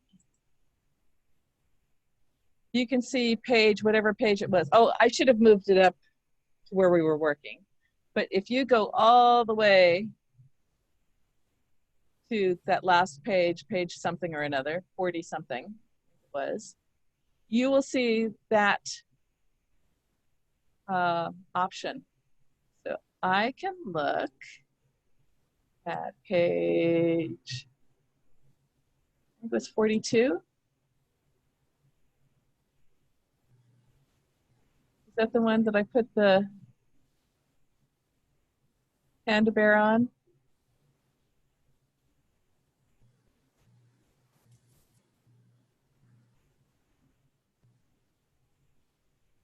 Did anyone get there? It's 40. 40, thank you. And you should see where you have, it's telling you to, you see a green square there. And now that panda bear is something you can move, and you can type into that green square. What does it say on your side? Does it say anything, or does it just have the green square, the green dotted line rectangle? Right? So you can have Just the rectangle. okay. Yeah. So that's one thing you tell the kids, that where you have that. And do you see that once you put an answer in there, it turns solid? Mm-hmm. So every place where it has the dotted lines, that's where the kids can answer. And then they can move things. But so that already existed, and I just put in a new page, and it updated on everybody's copy of it. Okay. So, all right. I like this. I use it for my groups, I use it for my individuals. So even though in an individual we technically could use other things, I have been using this because it was so easy. I had my workbook that I put in, and every group can practice on that one thing. I'm not having to redo anything. And kids can work. I can see their work as it happens, and I can help them, and I can sit there and draw onto their frame. So right now, let's say Arlena, if I wanted to come, yep. if I wanted to say, okay, I want you to look here, and I can draw on yours in real time, and it shows up on yours. Okay. Solves a lot of problems. Yeah. All right. How are we doing? There's so much more that can be done here, but I feel like and you know, like I said, go with your need, what you need. And then there's so many things that are out there, but if you have a need and this can fix your need, then you spend more time learning about how to use this one tool that solves the need. It's not like shopping in Williams-Sonoma where it's like, oh, I want to use this and I want to use this, and how can I use this? Go with your need and don't try to do all of it. But if you have a need, then you spend your time learning how to solve that need. I just want to also address two other things quickly. I'm going to stop share for a second. How familiar are you with WordWall? Does everyone use WordWall? Yes, no, okay, some of you, yes, no, okay. WordWall is lovely. WordWall is Word, so it's used by literacy teachers. WordWall allows you to have 5 assignments that you can keep in your free account. And when I first heard that, I thought, oh, well, why am I going to do that? They're just going to suck me into paying money, and I can't afford to be paying money, blah, blah, blah, blah, blah. But what's really nice about WordWall is that you can keep 5, you can delete them, and so you still stay under 5, but you have the whole community of other people's resources to access. So I'm going to share my WordWall, the screen here. So WordWall, they say this. So they tell you about what you can do. And they have a whole lot of options. But if you check out community, you can see things that other people have made. And because it is for literacy teachers, if I say I want to check out short vowels, I can see what other people have done. Someone made a spinner, someone made a little game show where they have to read the word. Someone made, this one they have to match the apple to the ah. Okay, I don't like that because I wouldn't use it that way. This one they're having to read words. That one looks like that's only 7 words. I'm not going to waste my time on that. But I can sit here and look at this. Okay, now this one, to separate between short and long vowels. Okay, maybe that would, how about this one?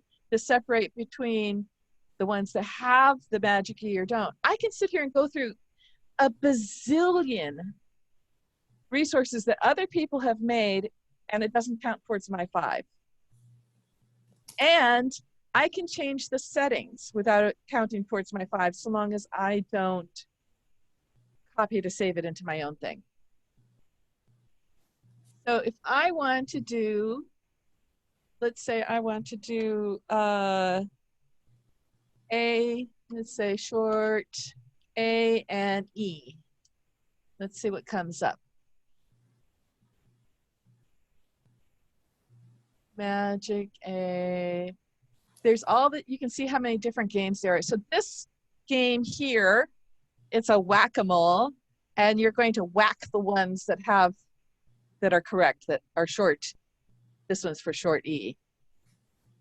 This one, you're going to move the things into the correct. This is nice for sorting. Here, this is what I think I'd like to use. Thing is, with anything created by someone else, you have to check that it works for you. And the only way to check it is to actually go through it. Okay.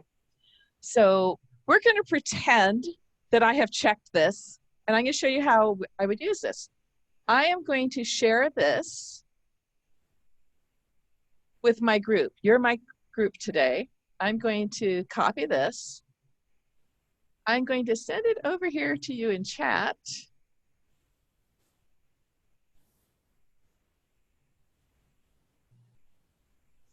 My chat is hiding. I have to, oh, it just came up.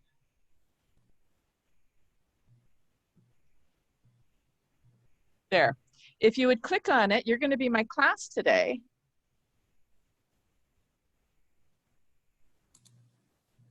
And we're going to place the short A and E sort. So while you go in there and play,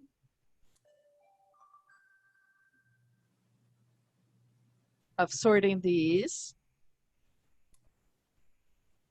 Of course, I have to check through things before I send it to my kids to make sure that we actually pronounce that they're correct, because sometimes people make mistakes. And so that I know, because sometimes the pictures aren't real obvious. So I want to make sure I knew what the author intended that picture to be. So I didn't do that today, but we'll pretend we did. And you're going to do this. Sort, and then I will get the results. So I can see, so if I'm just doing this with one student, I would ask that student to share his screen with me. And if I'm doing it with the group, I sit there and let them work on it, and they can ask me questions. What's this one? I think it's a cap. I say, oh, I think it's a hat. Let's say hat, but maybe it's cap, whatever. And that's a pen. And some people call them Bics, but we're going to call it a pen. And they're going to do their sorts. I would like the.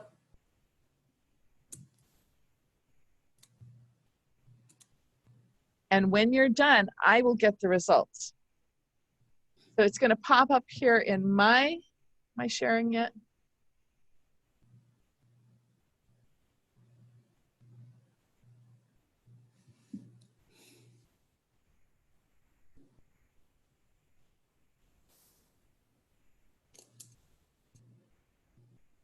Wow, good job. Good job. But I should have asked if anyone could make an error so you could see what the error looks like. I'm not crazy about the sound for the error. I wish it wasn't quite as obnoxious. I like positive sounds for correct, and then I would prefer no sound for an error instead of the bleh. But I can't solve their coding. But I can sit there and look at the results of my class.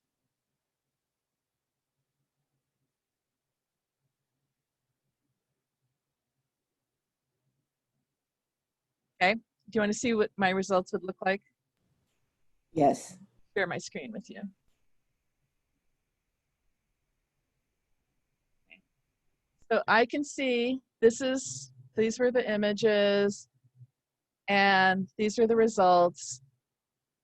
And I can see the times it took you, whatever. And I think if I go into one person, I would see which mistakes you made if you made mistakes, right? So I use this to review things like confusing words, there, 2, 2, 2. I use this for sorts. When I just need a little review and a little break from something else we've been doing, somehow it seems more game-like. Kids like it. The whack-a-mole, I'm not crazy about whack-a-mole, but some of my boys like whack-a-mole. So, but I limit it because it's set to, so you can do like 20 minutes worth. And it's like, no, I just want 2 minutes. So you can adjust the time so that it's not forever. And they can practice. And I just say, I want to hear you saying the words. I want to hear you saying the words. Say them out loud. And I don't care that I can understand everybody if it's a group, but I want them to get in the habit of saying the words out loud as they're reading. Anyway, so word wall is great. You find what works, copy the link, send the link to your group or your student. If it's one student, I would have the student share his screen with me. If not, I would just wait and talk over the results afterwards. Okay? And because it's also useful for independent work, if you provide work for your students to do on their own, this is a helpful thing. Although I've been rethinking that because I'm finding that so many of our students are on the computer so much this last couple of weeks of school. It's like, I don't want to send them another computer thing to do. I'd rather, I'm saying, okay, get a book, sit outside with a Post-it note and find 2 or 3 interesting words. And next time we meet, bring me the Post-it of those interesting words we can talk about. But, so I'm not doing this as much right now because I'm finding our kids are on overload. But back in the spring or in the past when I've had students that I would set up independent work, this is great. Okay. Quizzes is my other favorite to use for interactive. Quizzes is like Kahoot. Are you familiar with Kahoot? Okay, so Kahoot is a game-based quiz platform. It's made for in the classroom, and it's made so you project something on the screen and the kids answer the questions on their own devices.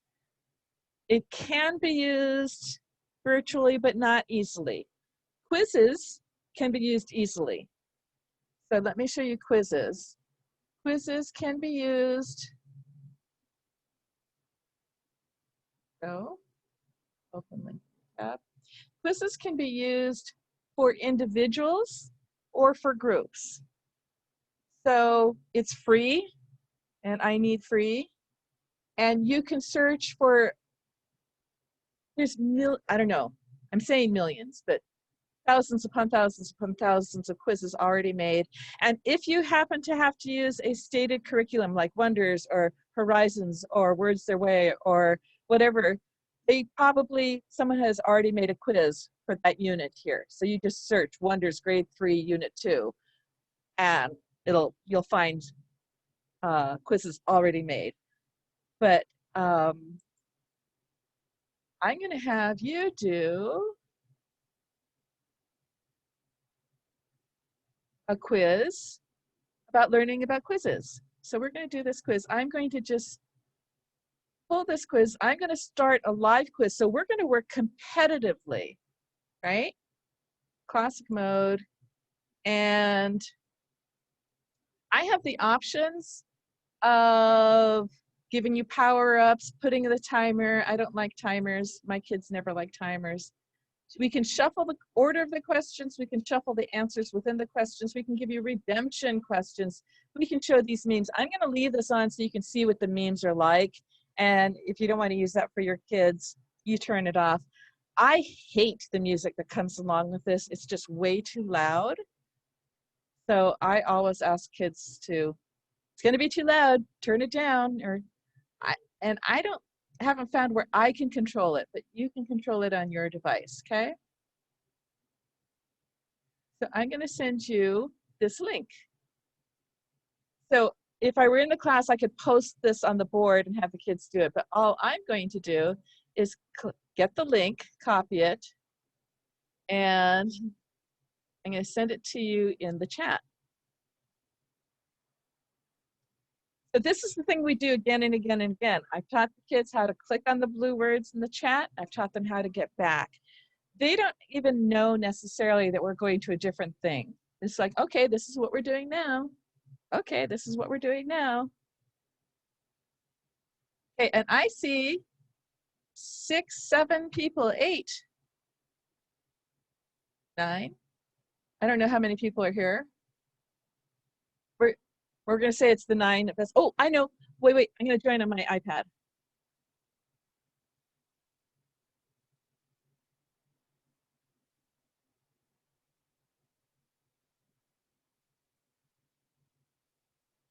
Jen, okay. We're going to start it, and we're playing competitively. See, that's too loud, right?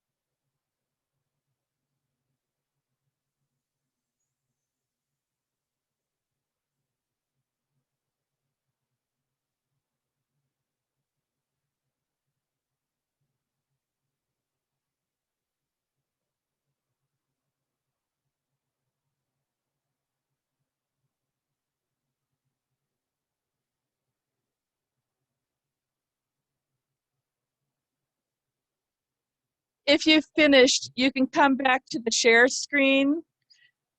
Oh, I'm not sharing. Let me share it so you can see what I see as the teacher.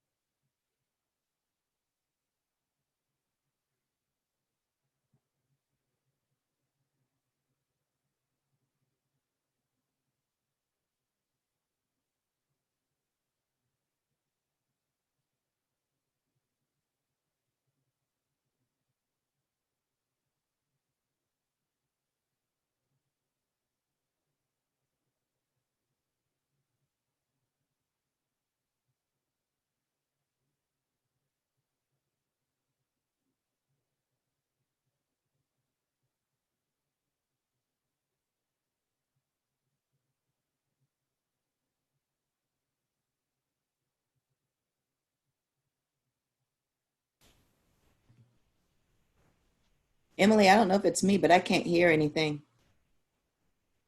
Okay, so were you I listening can. to your own device? I thought you were saying to come out of that. I was Oh, just looking at the screen and didn't hear anything, so I wasn't sure if you were talking. can you hear Yeah, I now? couldn't hear you there. Yeah, I can hear you. Okay, so I think it's too obnoxiously loud, so I'm always telling the kids to turn your volume down for this because it's just like blasts me. And there is something on the kids' end that can adjust the sound within it, but I never remember where it is. I've seen it where you can turn off the sound somewhere. Oh, I see it. There is an option in there on your device to turn the music off. Okay, so as a teacher, I can see the answers coming in as it was happening. And here, do you see in here? I can see which ones people got wrong and that. Now, and then you can decide whether your kids can handle the memes or you can bypass the memes. You don't have to have it. My kids tend to like the power-ups. Like, oh, you got to power. They don't know what it does, but you got to power up. And so they'll activate it, and sometimes it gives them extra points. You know, for the kids who likes gaming, that helps motivate them. I'm all for it. I do like that it has redemption questions, so they, you know, by chance get to. So it's like, you know, don't just tell me you got it wrong. You pay attention because you might have a chance to do that question again. Okay. So within quizzes, you can search for just about anything, and you can save it. Even in the free version, you can save it in your own library, and you can save it by topic. So I can have OG review, phonics, spelling rules, a demo, which was saved, some of my math ones, phonemic awareness, root words. In my school account, I have Wonders Grade 3, Wonders Grade 4, whatever, you know, that our school had used, that I would have the kids practice their vocabulary words with that. But you can search and you have to check it. You can copy it. You can change some of the questions around. You can delete questions like, oh, I really like this quiz that someone did, but I don't like this question. Get rid of it. It's gone. Or I think that's too many questions for these kids. Or I would have said it this way. You can change it. What I like is not having to do any of the image searches, because that always takes time. It's like, okay, let me find an image for this. Let me find an image for that. So if someone has the images in there, great. That saves me time. And I just grab those and I just check. So quizzes is really nice. You have the option, like we played it as a live game collaboratively, competitively, not collaboratively, but you can play it as an individual practice. So you can play it with one student. And you can give remote control to those who can, but for those who can't, you just share the link. Okay. Any questions on that? Okay, how are you doing? Is your brain fried? Yeah, everyone's brain is fried. I can tell. Okay, so I'm going to just tell you that I've been making games in Playing Cards IO. Playing Cards IO is not made for teachers. It is not made for educators. It is not user-friendly. But once you figure out how to use it, it's really nice. And so I just want to play a quick game with whoever still wants to, just so you can see the possibility. Okay. So Playing Cards IO, you create a game room and a game table. You can have their deck of cards. You can make your own decks of cards. And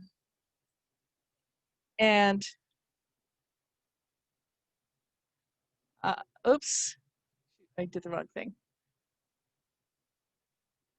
You can have your own decks of cards, and that room is your room.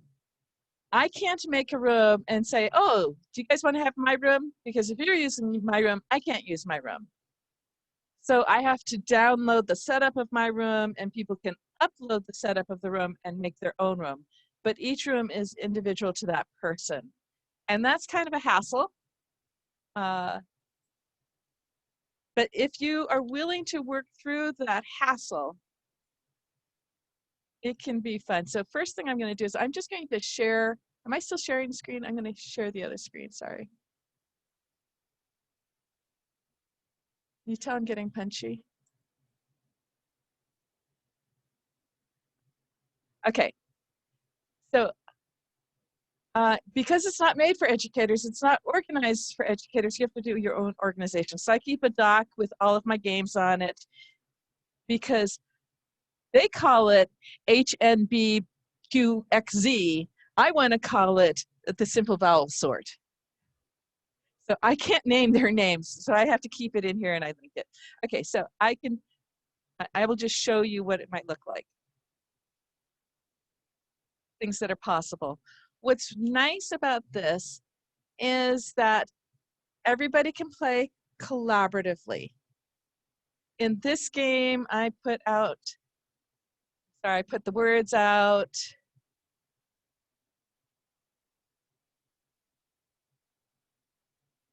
And my students who are in the game will say, okay, our vowel sound is which of these words? And it's so-and-so's turn. And she says, shucks, there aren't any of the words with that. Well, let me give you another one. What says at? And then she says, this one says at, glad, and this one cast. And she takes these two and puts it into her pile. And I put out new words. So, we play the vowel sorts, and yours is and so Stephanie, if you were here, you would say shucks. Okay, so and so it's oh my goodness, we're having very unlucky time today. And then you say sick and swim, and you take these and you put that into your pile, and we go around and play. So this is one game that I might play. Here is Go Fish. So here, this is the part that's really interesting. Any card, and actually, let me go ahead and just send this to you so you can play it with me.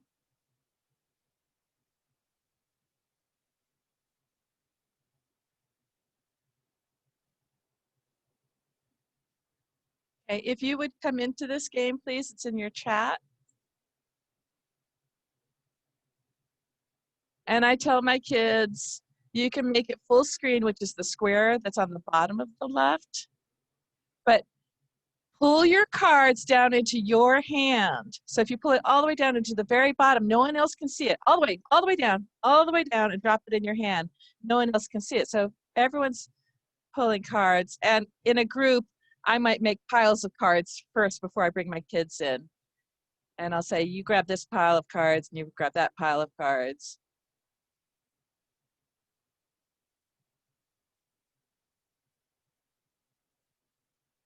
So what's in your hand, no one else can see. Does that make sense? So this is truly like holding cards in your hand. Okay, however many cards you have, let's just stop there. However many cards you have, we can stop.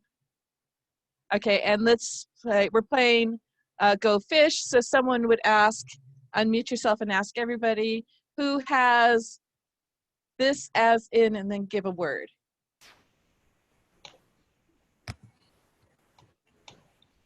Stephanie, do you want to go first? Tracy, you're unmuted. Go.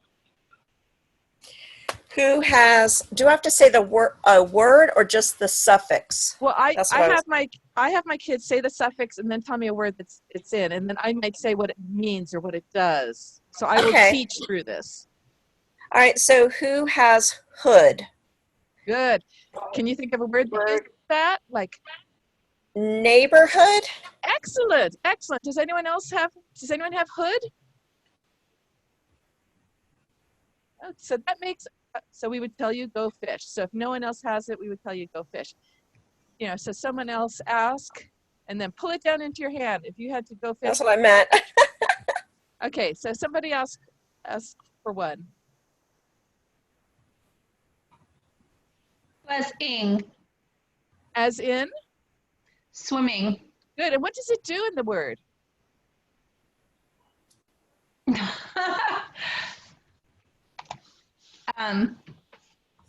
So this is where, I would be instructing my kids. Ings means what you do. So, and we'd say, I am swimming, So that was what you're doing right now. I am swimming. It's what you do. Does anyone have as in swimming? And everyone looks at their cards, and someone else says, yes, I have ing as in playing. Right? And then you would drag it over. But no one has ing? Looks like all the cards are out. So I'm going to pull the last two cards. So someone should have ing because all the cards have been taken. I can't see my cards anymore. I'm lost. Oh. Something's covering up all my cards. Is it the Zoom? Yeah, I think so. Move the, Yeah, there it is, I think. okay, so someone else could ask for one. Okay, who has less, as in hopeless, I have less. Good, as in, as Hopeless. in hopeless? can you think of another word? Powerless. And the kids, good. And, Ah, okay. and that means without. Means, so if you're hopeless, you're without hope. That would make me cry. And so bring your cards out here, and the person who asked for it pulls the cards to his pile or her pile. Okay, so I pull Up here. So you could be Joe Oh, Bob. okay. I'm Joe Bob. Okay. Okay. And then you get to ask again because you got a match. How come everybody's doesn't have a pile? Well, I don't ever play with more than 6 people. Okay, that's what I was curious about. Yeah, my small groups, I kind of max it at 6 because I can't handle that many voices. Okay. See, who has shin, as in beautician? I have done. The CIAN? Is that what you had? CIAN? Yes, and that's a person who. Good. Excellent. As in? And As if the in kids, beautician. right, and if the kids can't remember, I say, who's the person who does magic? Magician. And who's the person who plays music?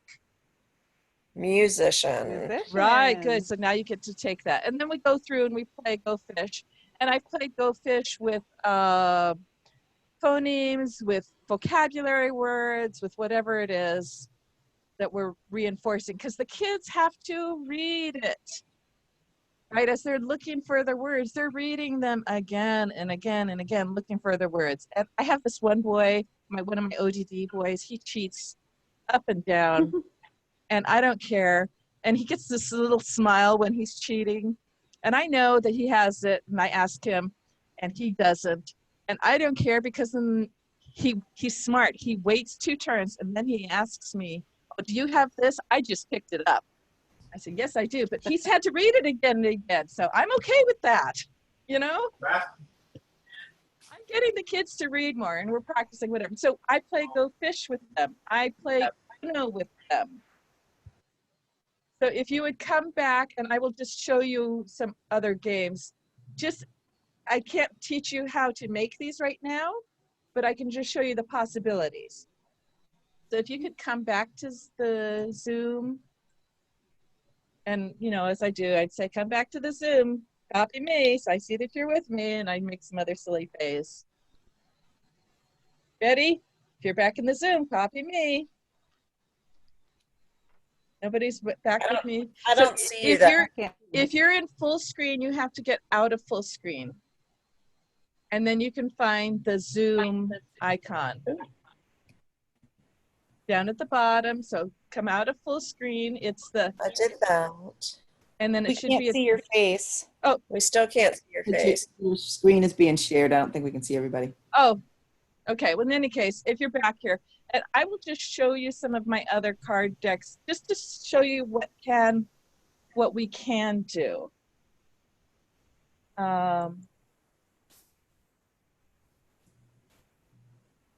So. This allows us to select the cards. So when I play Uno, you know, and I have my kids grab, this is a blends Uno. And I'll say you can play the beginning blend, the vowel, or the ending consonant sound. So, oh, and I've got this one. I'll say I can play cram on top of crush, and then so-and-so goes through and he says I can play drum on top of cram because it ends with the M, and the next person says I can play whatever it was, drip on top of drum because it has the same, and then someone else will play I can play slip because it has the I, and we go through and we play Uno, round and round playing Uno, and get them to read and analyze the words. And I play this also with Latin affixes for some of my older kids. Oh, this one we make words. I don't know if you can see it. And we make words with this one. So I put, here's my root, and let's make a word. And this kids just sit there and try to put affixes together to make words. And when they make a word, they pile it, take it over to their, I don't have suspend, expend. I'm going to expend energy. Oh, it is, might be expendable. Or, you know, whatever, we pull these and we make words. So how do you spin it? And where's my Latin affixes? Oh, here, this one. And in these games, this is also Uno games, and we're playing with some common affixes, root words that we were learning. And so you know, the kids can play on top of the same prefix, same root word, same suffix, or same part of speech, and we analyze and we go through and play Uno as practice. Anyway, so there's a lot of possibilities with playing cards and making custom decks. And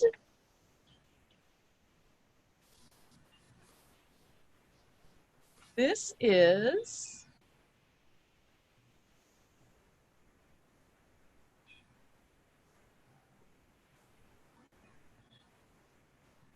you can put custom backgrounds in. So I put a game board in here.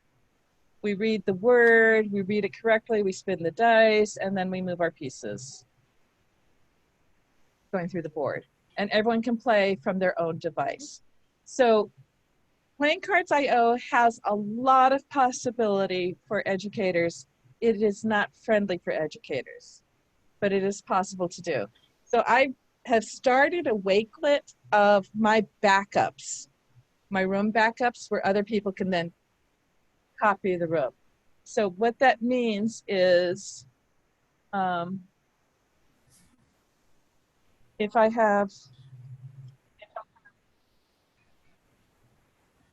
in here and I'm going to start a game, like, you know, you can have your kids playing checkers and chess and cribbage and whatever else here, but you can take any of these, okay, and go in, enter the game, and the kids can play together collaboratively. And this is really nice for when they're having to sit 6 feet apart from each other in class, and they can still play games. But in any case, there's the option to edit. So I can come in here and I can import a room. So if you take a room that already exists, you can import it and then you have a copy. So I have a wakelet that has some of my games, the room backups in there. So you can start to see, and then you can see once you have a game, you can export the room, import it into a new room, and just change the words. So there are possibilities that you can do, but it takes a while. It's not very friendly, but it is possible. Anyway, that's just to whet your appetite. So if that's a need that you have, you can watch the videos and learn how to do that. Okay, so I know that that was just like so much information and so much. And I want to encourage you, start with your need. Whatever your need is, start there. And if you're finding, I just really need to find something that gets this kid or that kid, I need to change up this one thing. Start with your need and don't start with the possibilities, because this isn't a time that we have the emotional energy, much less the time, to just start with the possibilities. We don't. But if you have a need, I hope I can give you some view of possible solutions to your need, to help with your need, and then we can go from there. Okay. Does anyone have any questions? Did you see a wakelet of your rooms for the playing cards somewhere? Yes, it is. Oh, okay, so it's, I shared my slide deck with you. That was just my notes from today, and it's in there. Okay, thank you. And it's not complete, and they just made an update that my thing was like, the words are too small. The words are too small. They need a bigger font. Well, they just updated it last week that you can get a bigger font, but I haven't gone back to change all of my card decks. So there's a wakelet that you can start with. And once you do that, you can see the possibilities. And then you can then spend time if you want and change decks around, or if you want me to. I have now gotten pretty fast at uploading decks. I know how to do it, you know, it's taken me several times. Like, do I do this first or do I do this first? Do I change the color first or do I change the words first? You know, it's like all those variables. I now have it down where I know that you change the size first, then the color, then the words, because if you do it in the reverse order, it's all messed up. And there aren't instructions on that. But so I can do it fairly quickly now. So if you have a need, if you want to send me a word list, I can probably do it for you pretty quickly. And if you need it, I'm sure other people need it too. And then I'll just pop it into the wakelet. Emily, can I ask 2 questions? Yeah. All right. The first thing, I pulled up a different computer, of course, and I opened up your wakelet to your blending app with the Google Sheets. Mm-hmm. How do I have it change to a different one? Like, how do you rotate it? Okay, so did you make a copy? I did make a copy. Okay, so in that copy, did you get the randomize or the change button, or I forget what it says on some of them? A little button that's red or blue or purple, or I forget. I might have changed the colors on the different ones. I don't know where it says randomize, I think is where I'm struggling. Okay, let me show you mine. And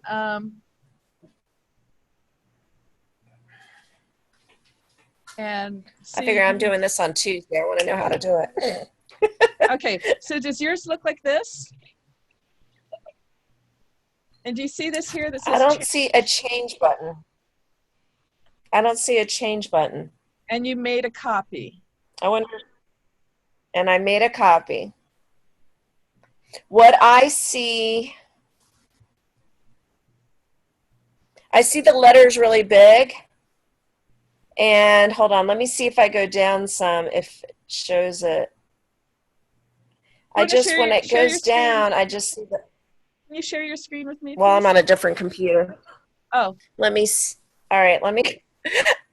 I was like excited, so I was trying it on a different computer. Yeah. Let me open it up and see if I can do it. Okay, try it on. Any other questions while I'm doing this? Anyone else? Okay, so I already got a quick one, Emily. I just noticed on your class kick that on your 3rd slide, you had like a spelling test with it looked like a little timer, a little countdown button. I was just wondering how you did that. I did a countdown button? It's like on the 3rd slide, it has like 10 seconds for each word, I guess, that they're going to make. No, that is the audio. So when you assign it to the students, on their end, they can click that and they listen to the word. Oh, so you recorded the word you wanted them to spell, and they used the letters to spell. I got so you. that was as I was trying to make support for them. You're going to laugh. When I reopened it on my computer, it worked. So I see it now. Perfect. Okay. Now, when you hit it the first time, it's going to tell you need to authorize it. Okay. All right. Did you get that? Hold on. I'm going back to it now. I have so many screens open, and it's funny. I know. Just like the rest of you. So where are you? Do you all know about OneTab? OneTab is a Chrome extension that I tell you I am so happy with. OneTab, am I still sharing my screen? OneTab is a Chrome extension, and okay, so I go between my personal Google account to my tutoring Google account, and I have 2 school Google accounts, one for the school and one for the DOE. And it's like, oh my goodness. So my computer can't handle that. So every time I have to go from one to the other, if I leave those tabs open in those windows, it slows down the computer too much. So I would use OneTab, shrink them all down into a list, so it's not taking up any of my memory. And then I go into my new window. But the nice thing is, can you see here? I can name, so I put all my tabs in and I can name it and I can lock it. So these are all the tabs that I'm going to use for the student. So when it's time to tutor the student, I sit here and I can restore all, or I can say, well, I don't need this one. I'm going to restore this, this, this, this, this, and this. And it goes, and they populate. And then when I'm done, I get rid of it. And then I go to the next student and I say, I'm tutoring this student next, and I'm going to restore these tabs. And they go, Okay. blah, blah, Wow. and they go across, and or if I'm not using all of them, because these are things that I might use over time as I'm going to practice, to practice something again intermittently to get recall. So I don't necessarily have to use this one or this one every time. So, I pull up the ones I'm using that day. Okay. Oh, while I'm here, so when I'm done, all of these tabs can go away and then I can just pull it up again quickly. But while I'm here, I'm going to show you this one. This is one I did just using that same thing of randomizing. And I play it just like a minute or 2 minutes every day for my kids who are still practicing these suffix rules, just so that every day they get a little bit of practice. What do we do here? Oh, I have to double the P, stopped. What sound does the ED make? Stopped. Okay, it's just, and for some of the kids, I share it and I have them type it out. But some of them, we're just gonna do like 1 or 2 minutes of practice, just so that every day they get that little bit of practicing those suffix rules. And then I go through. What do we do with this one?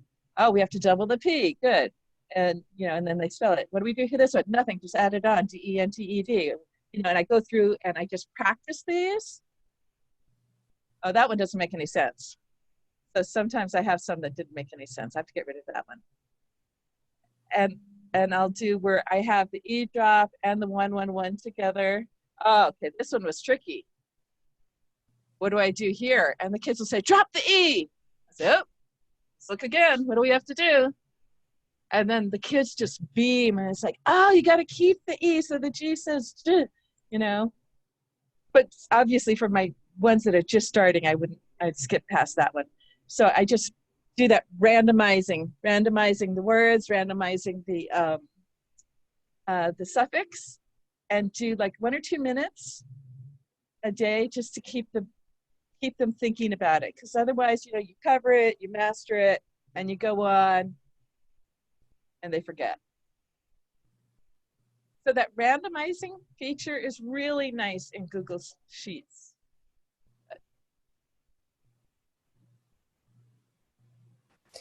That was great. What word list do you like when you were showing like the class link? You had like a worksheets. Is that a program you use through your school or? For my own students, it depends on where they are. So my own students come to me with gaps. So we're going to work wherever their gaps are. So no, my own students are very individualized.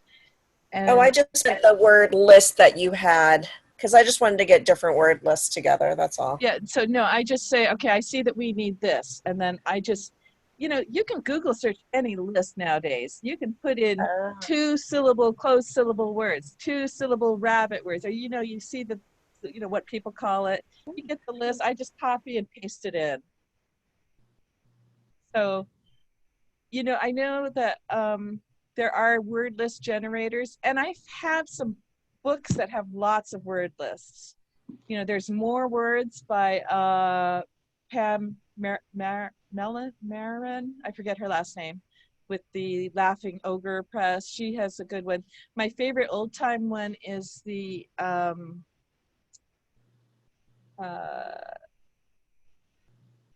Angling for Words. That's the old one. That one is excellent. But Recipe for Reading has a lot of Yeah, lists you know, as so there's a well. lot of ones. So I just look for what my students need, paste those words in, and off I go. And I stick it into bingo cards, I stick it into Flippity things, I stick it into wherever I'm sticking it, and I have various options to use. I was trying to type something else. What did you say? What were some of them? The resource? Yes. Um, The name you said. yeah, so the recipe for reading, right, is one. I've used the angling for words for a million years. That's what I wanted. Yeah, that's an old one, and it is so good, but it has so much. But it has it organized by every phoneme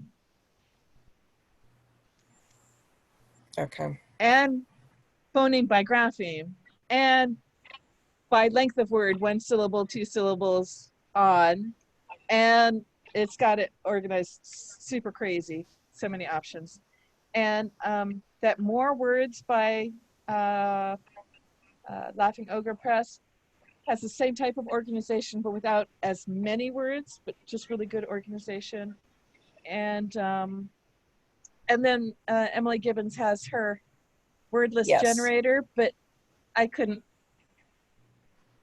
get it to work efficiently for me quickly in the time that it was free, so warrant spending the money on it. Although Yeah, I love to support what she's doing. And you know, now that UFly has their site up, they've got lots of word lists going. Who? UFly, University of Florida Literacy Oh, Institute. yes. Yes. Yeah, they've got a lot of good material up now. That's digital. Yeah. Thank you. Yeah. Any other questions? Anything else?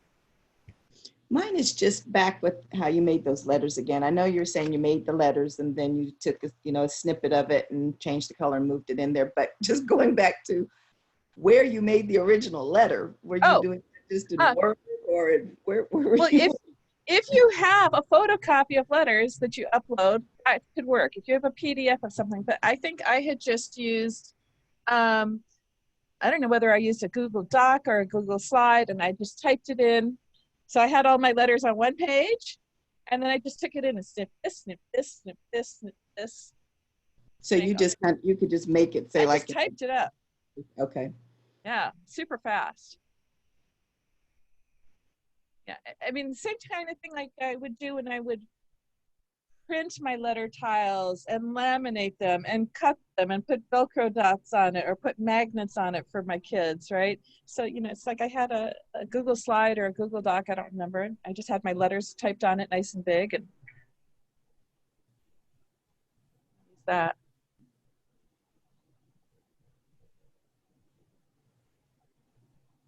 Okay, so how's everybody doing? Thank you so much. I really appreciate your time. Yeah, yeah. Yeah, this was a lot of valuable information and very useful. I could see where I could get started with something quickly. Good. Very well worth it. Thank you, Emily. Absolutely, Thank Steph. you. Yeah, so my Wakelet is in both, as I had put it in the chat, plus it's in with the slide presentation that I stuck in the chat.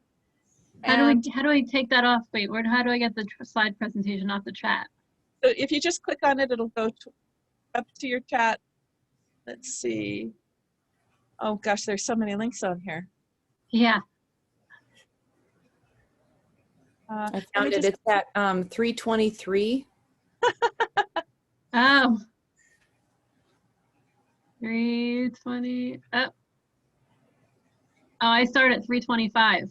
So do I. I'm on late. Oh, that's my time. Oh. Well, something that ends in a 23. All right, well, hold on. Let me just put this in again. Share. Let me put the Wakelet in. Because what I'll do is I'll put the slide deck in the Wakelet too. So it'll be there. So this is just the easiest. So the Wakelet, I've been using to curate resources, kind of like Padlet. I don't know if you guys, what does everyone use? But you don't have to sign up for Wakelet. You can bookmark it and come back to it. So that's the Wakelet. And within that Wakelet, I might not have the playing cards. Let me get that one in. Hold on. One for the playing cards.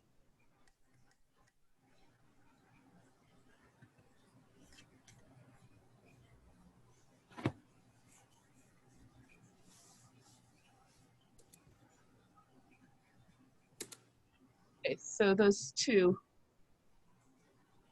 And then all of the letter tiles that I have, you can make copies of them from Flippity, from ClassKick, from Jamboard. They're all in there too, so you can make your own copies of any of those. So if you just pull up those links and bookmark it or save it or whatever, you don't have to sign up for Wakelet, although I've been using it to just save resources as a way for me to organize stuff. So every time a good video comes up on Facebook that or a good article comes up, I clip it and put it into a Wakelet so I have access to it. So it's free. Cool. But got that. All right. How's All right. everyone doing? Are you ready to go? You have a vision for addressing your greatest needs? Yep. I think so. All right. I think Thank so. you, thank you, Better thank than I was before, that's for sure. Good. Good. And I'm sorry I started the recording so late, but I will put the recording in there too. So if someone else, if it's helpful for other friends that you have, go ahead and share it around. It's phenomenal. Thank Thank you. you very Okay. much, Emily. How would I find the recording, Emily? I will link it into the Wakelet. Oh, okay. So if you keep the Wakelet like a bookmark, it'll update when I put the new things in. Okay. Emily, what is your Venmo address? It's in the Wakelet. Oh, I'm sorry, I didn't see. Okay, thank you. It's in there. Yeah. All right. So I really want to help everybody I can, and I don't Thank want you. public school teachers to have to pay for things that you need for your class. But you know, if I've been a help and I've saved you time and money, I would accept a gift back. Thank you. Absolutely. Thank you very much. You gave us a huge gift, so thank you. Yeah, and share it around. Let's, you know, the more people teaching kids to read well, the better, right? So go for it. Absolutely. Appreciate you. Yeah. Thank Okay. you. Thanks, All right. Emily. Take care. I'll see Thank you, you. Steph. Thank Okay, Bye, bye. everybody. Bye-bye. Bye, everybody. Hi, thank you.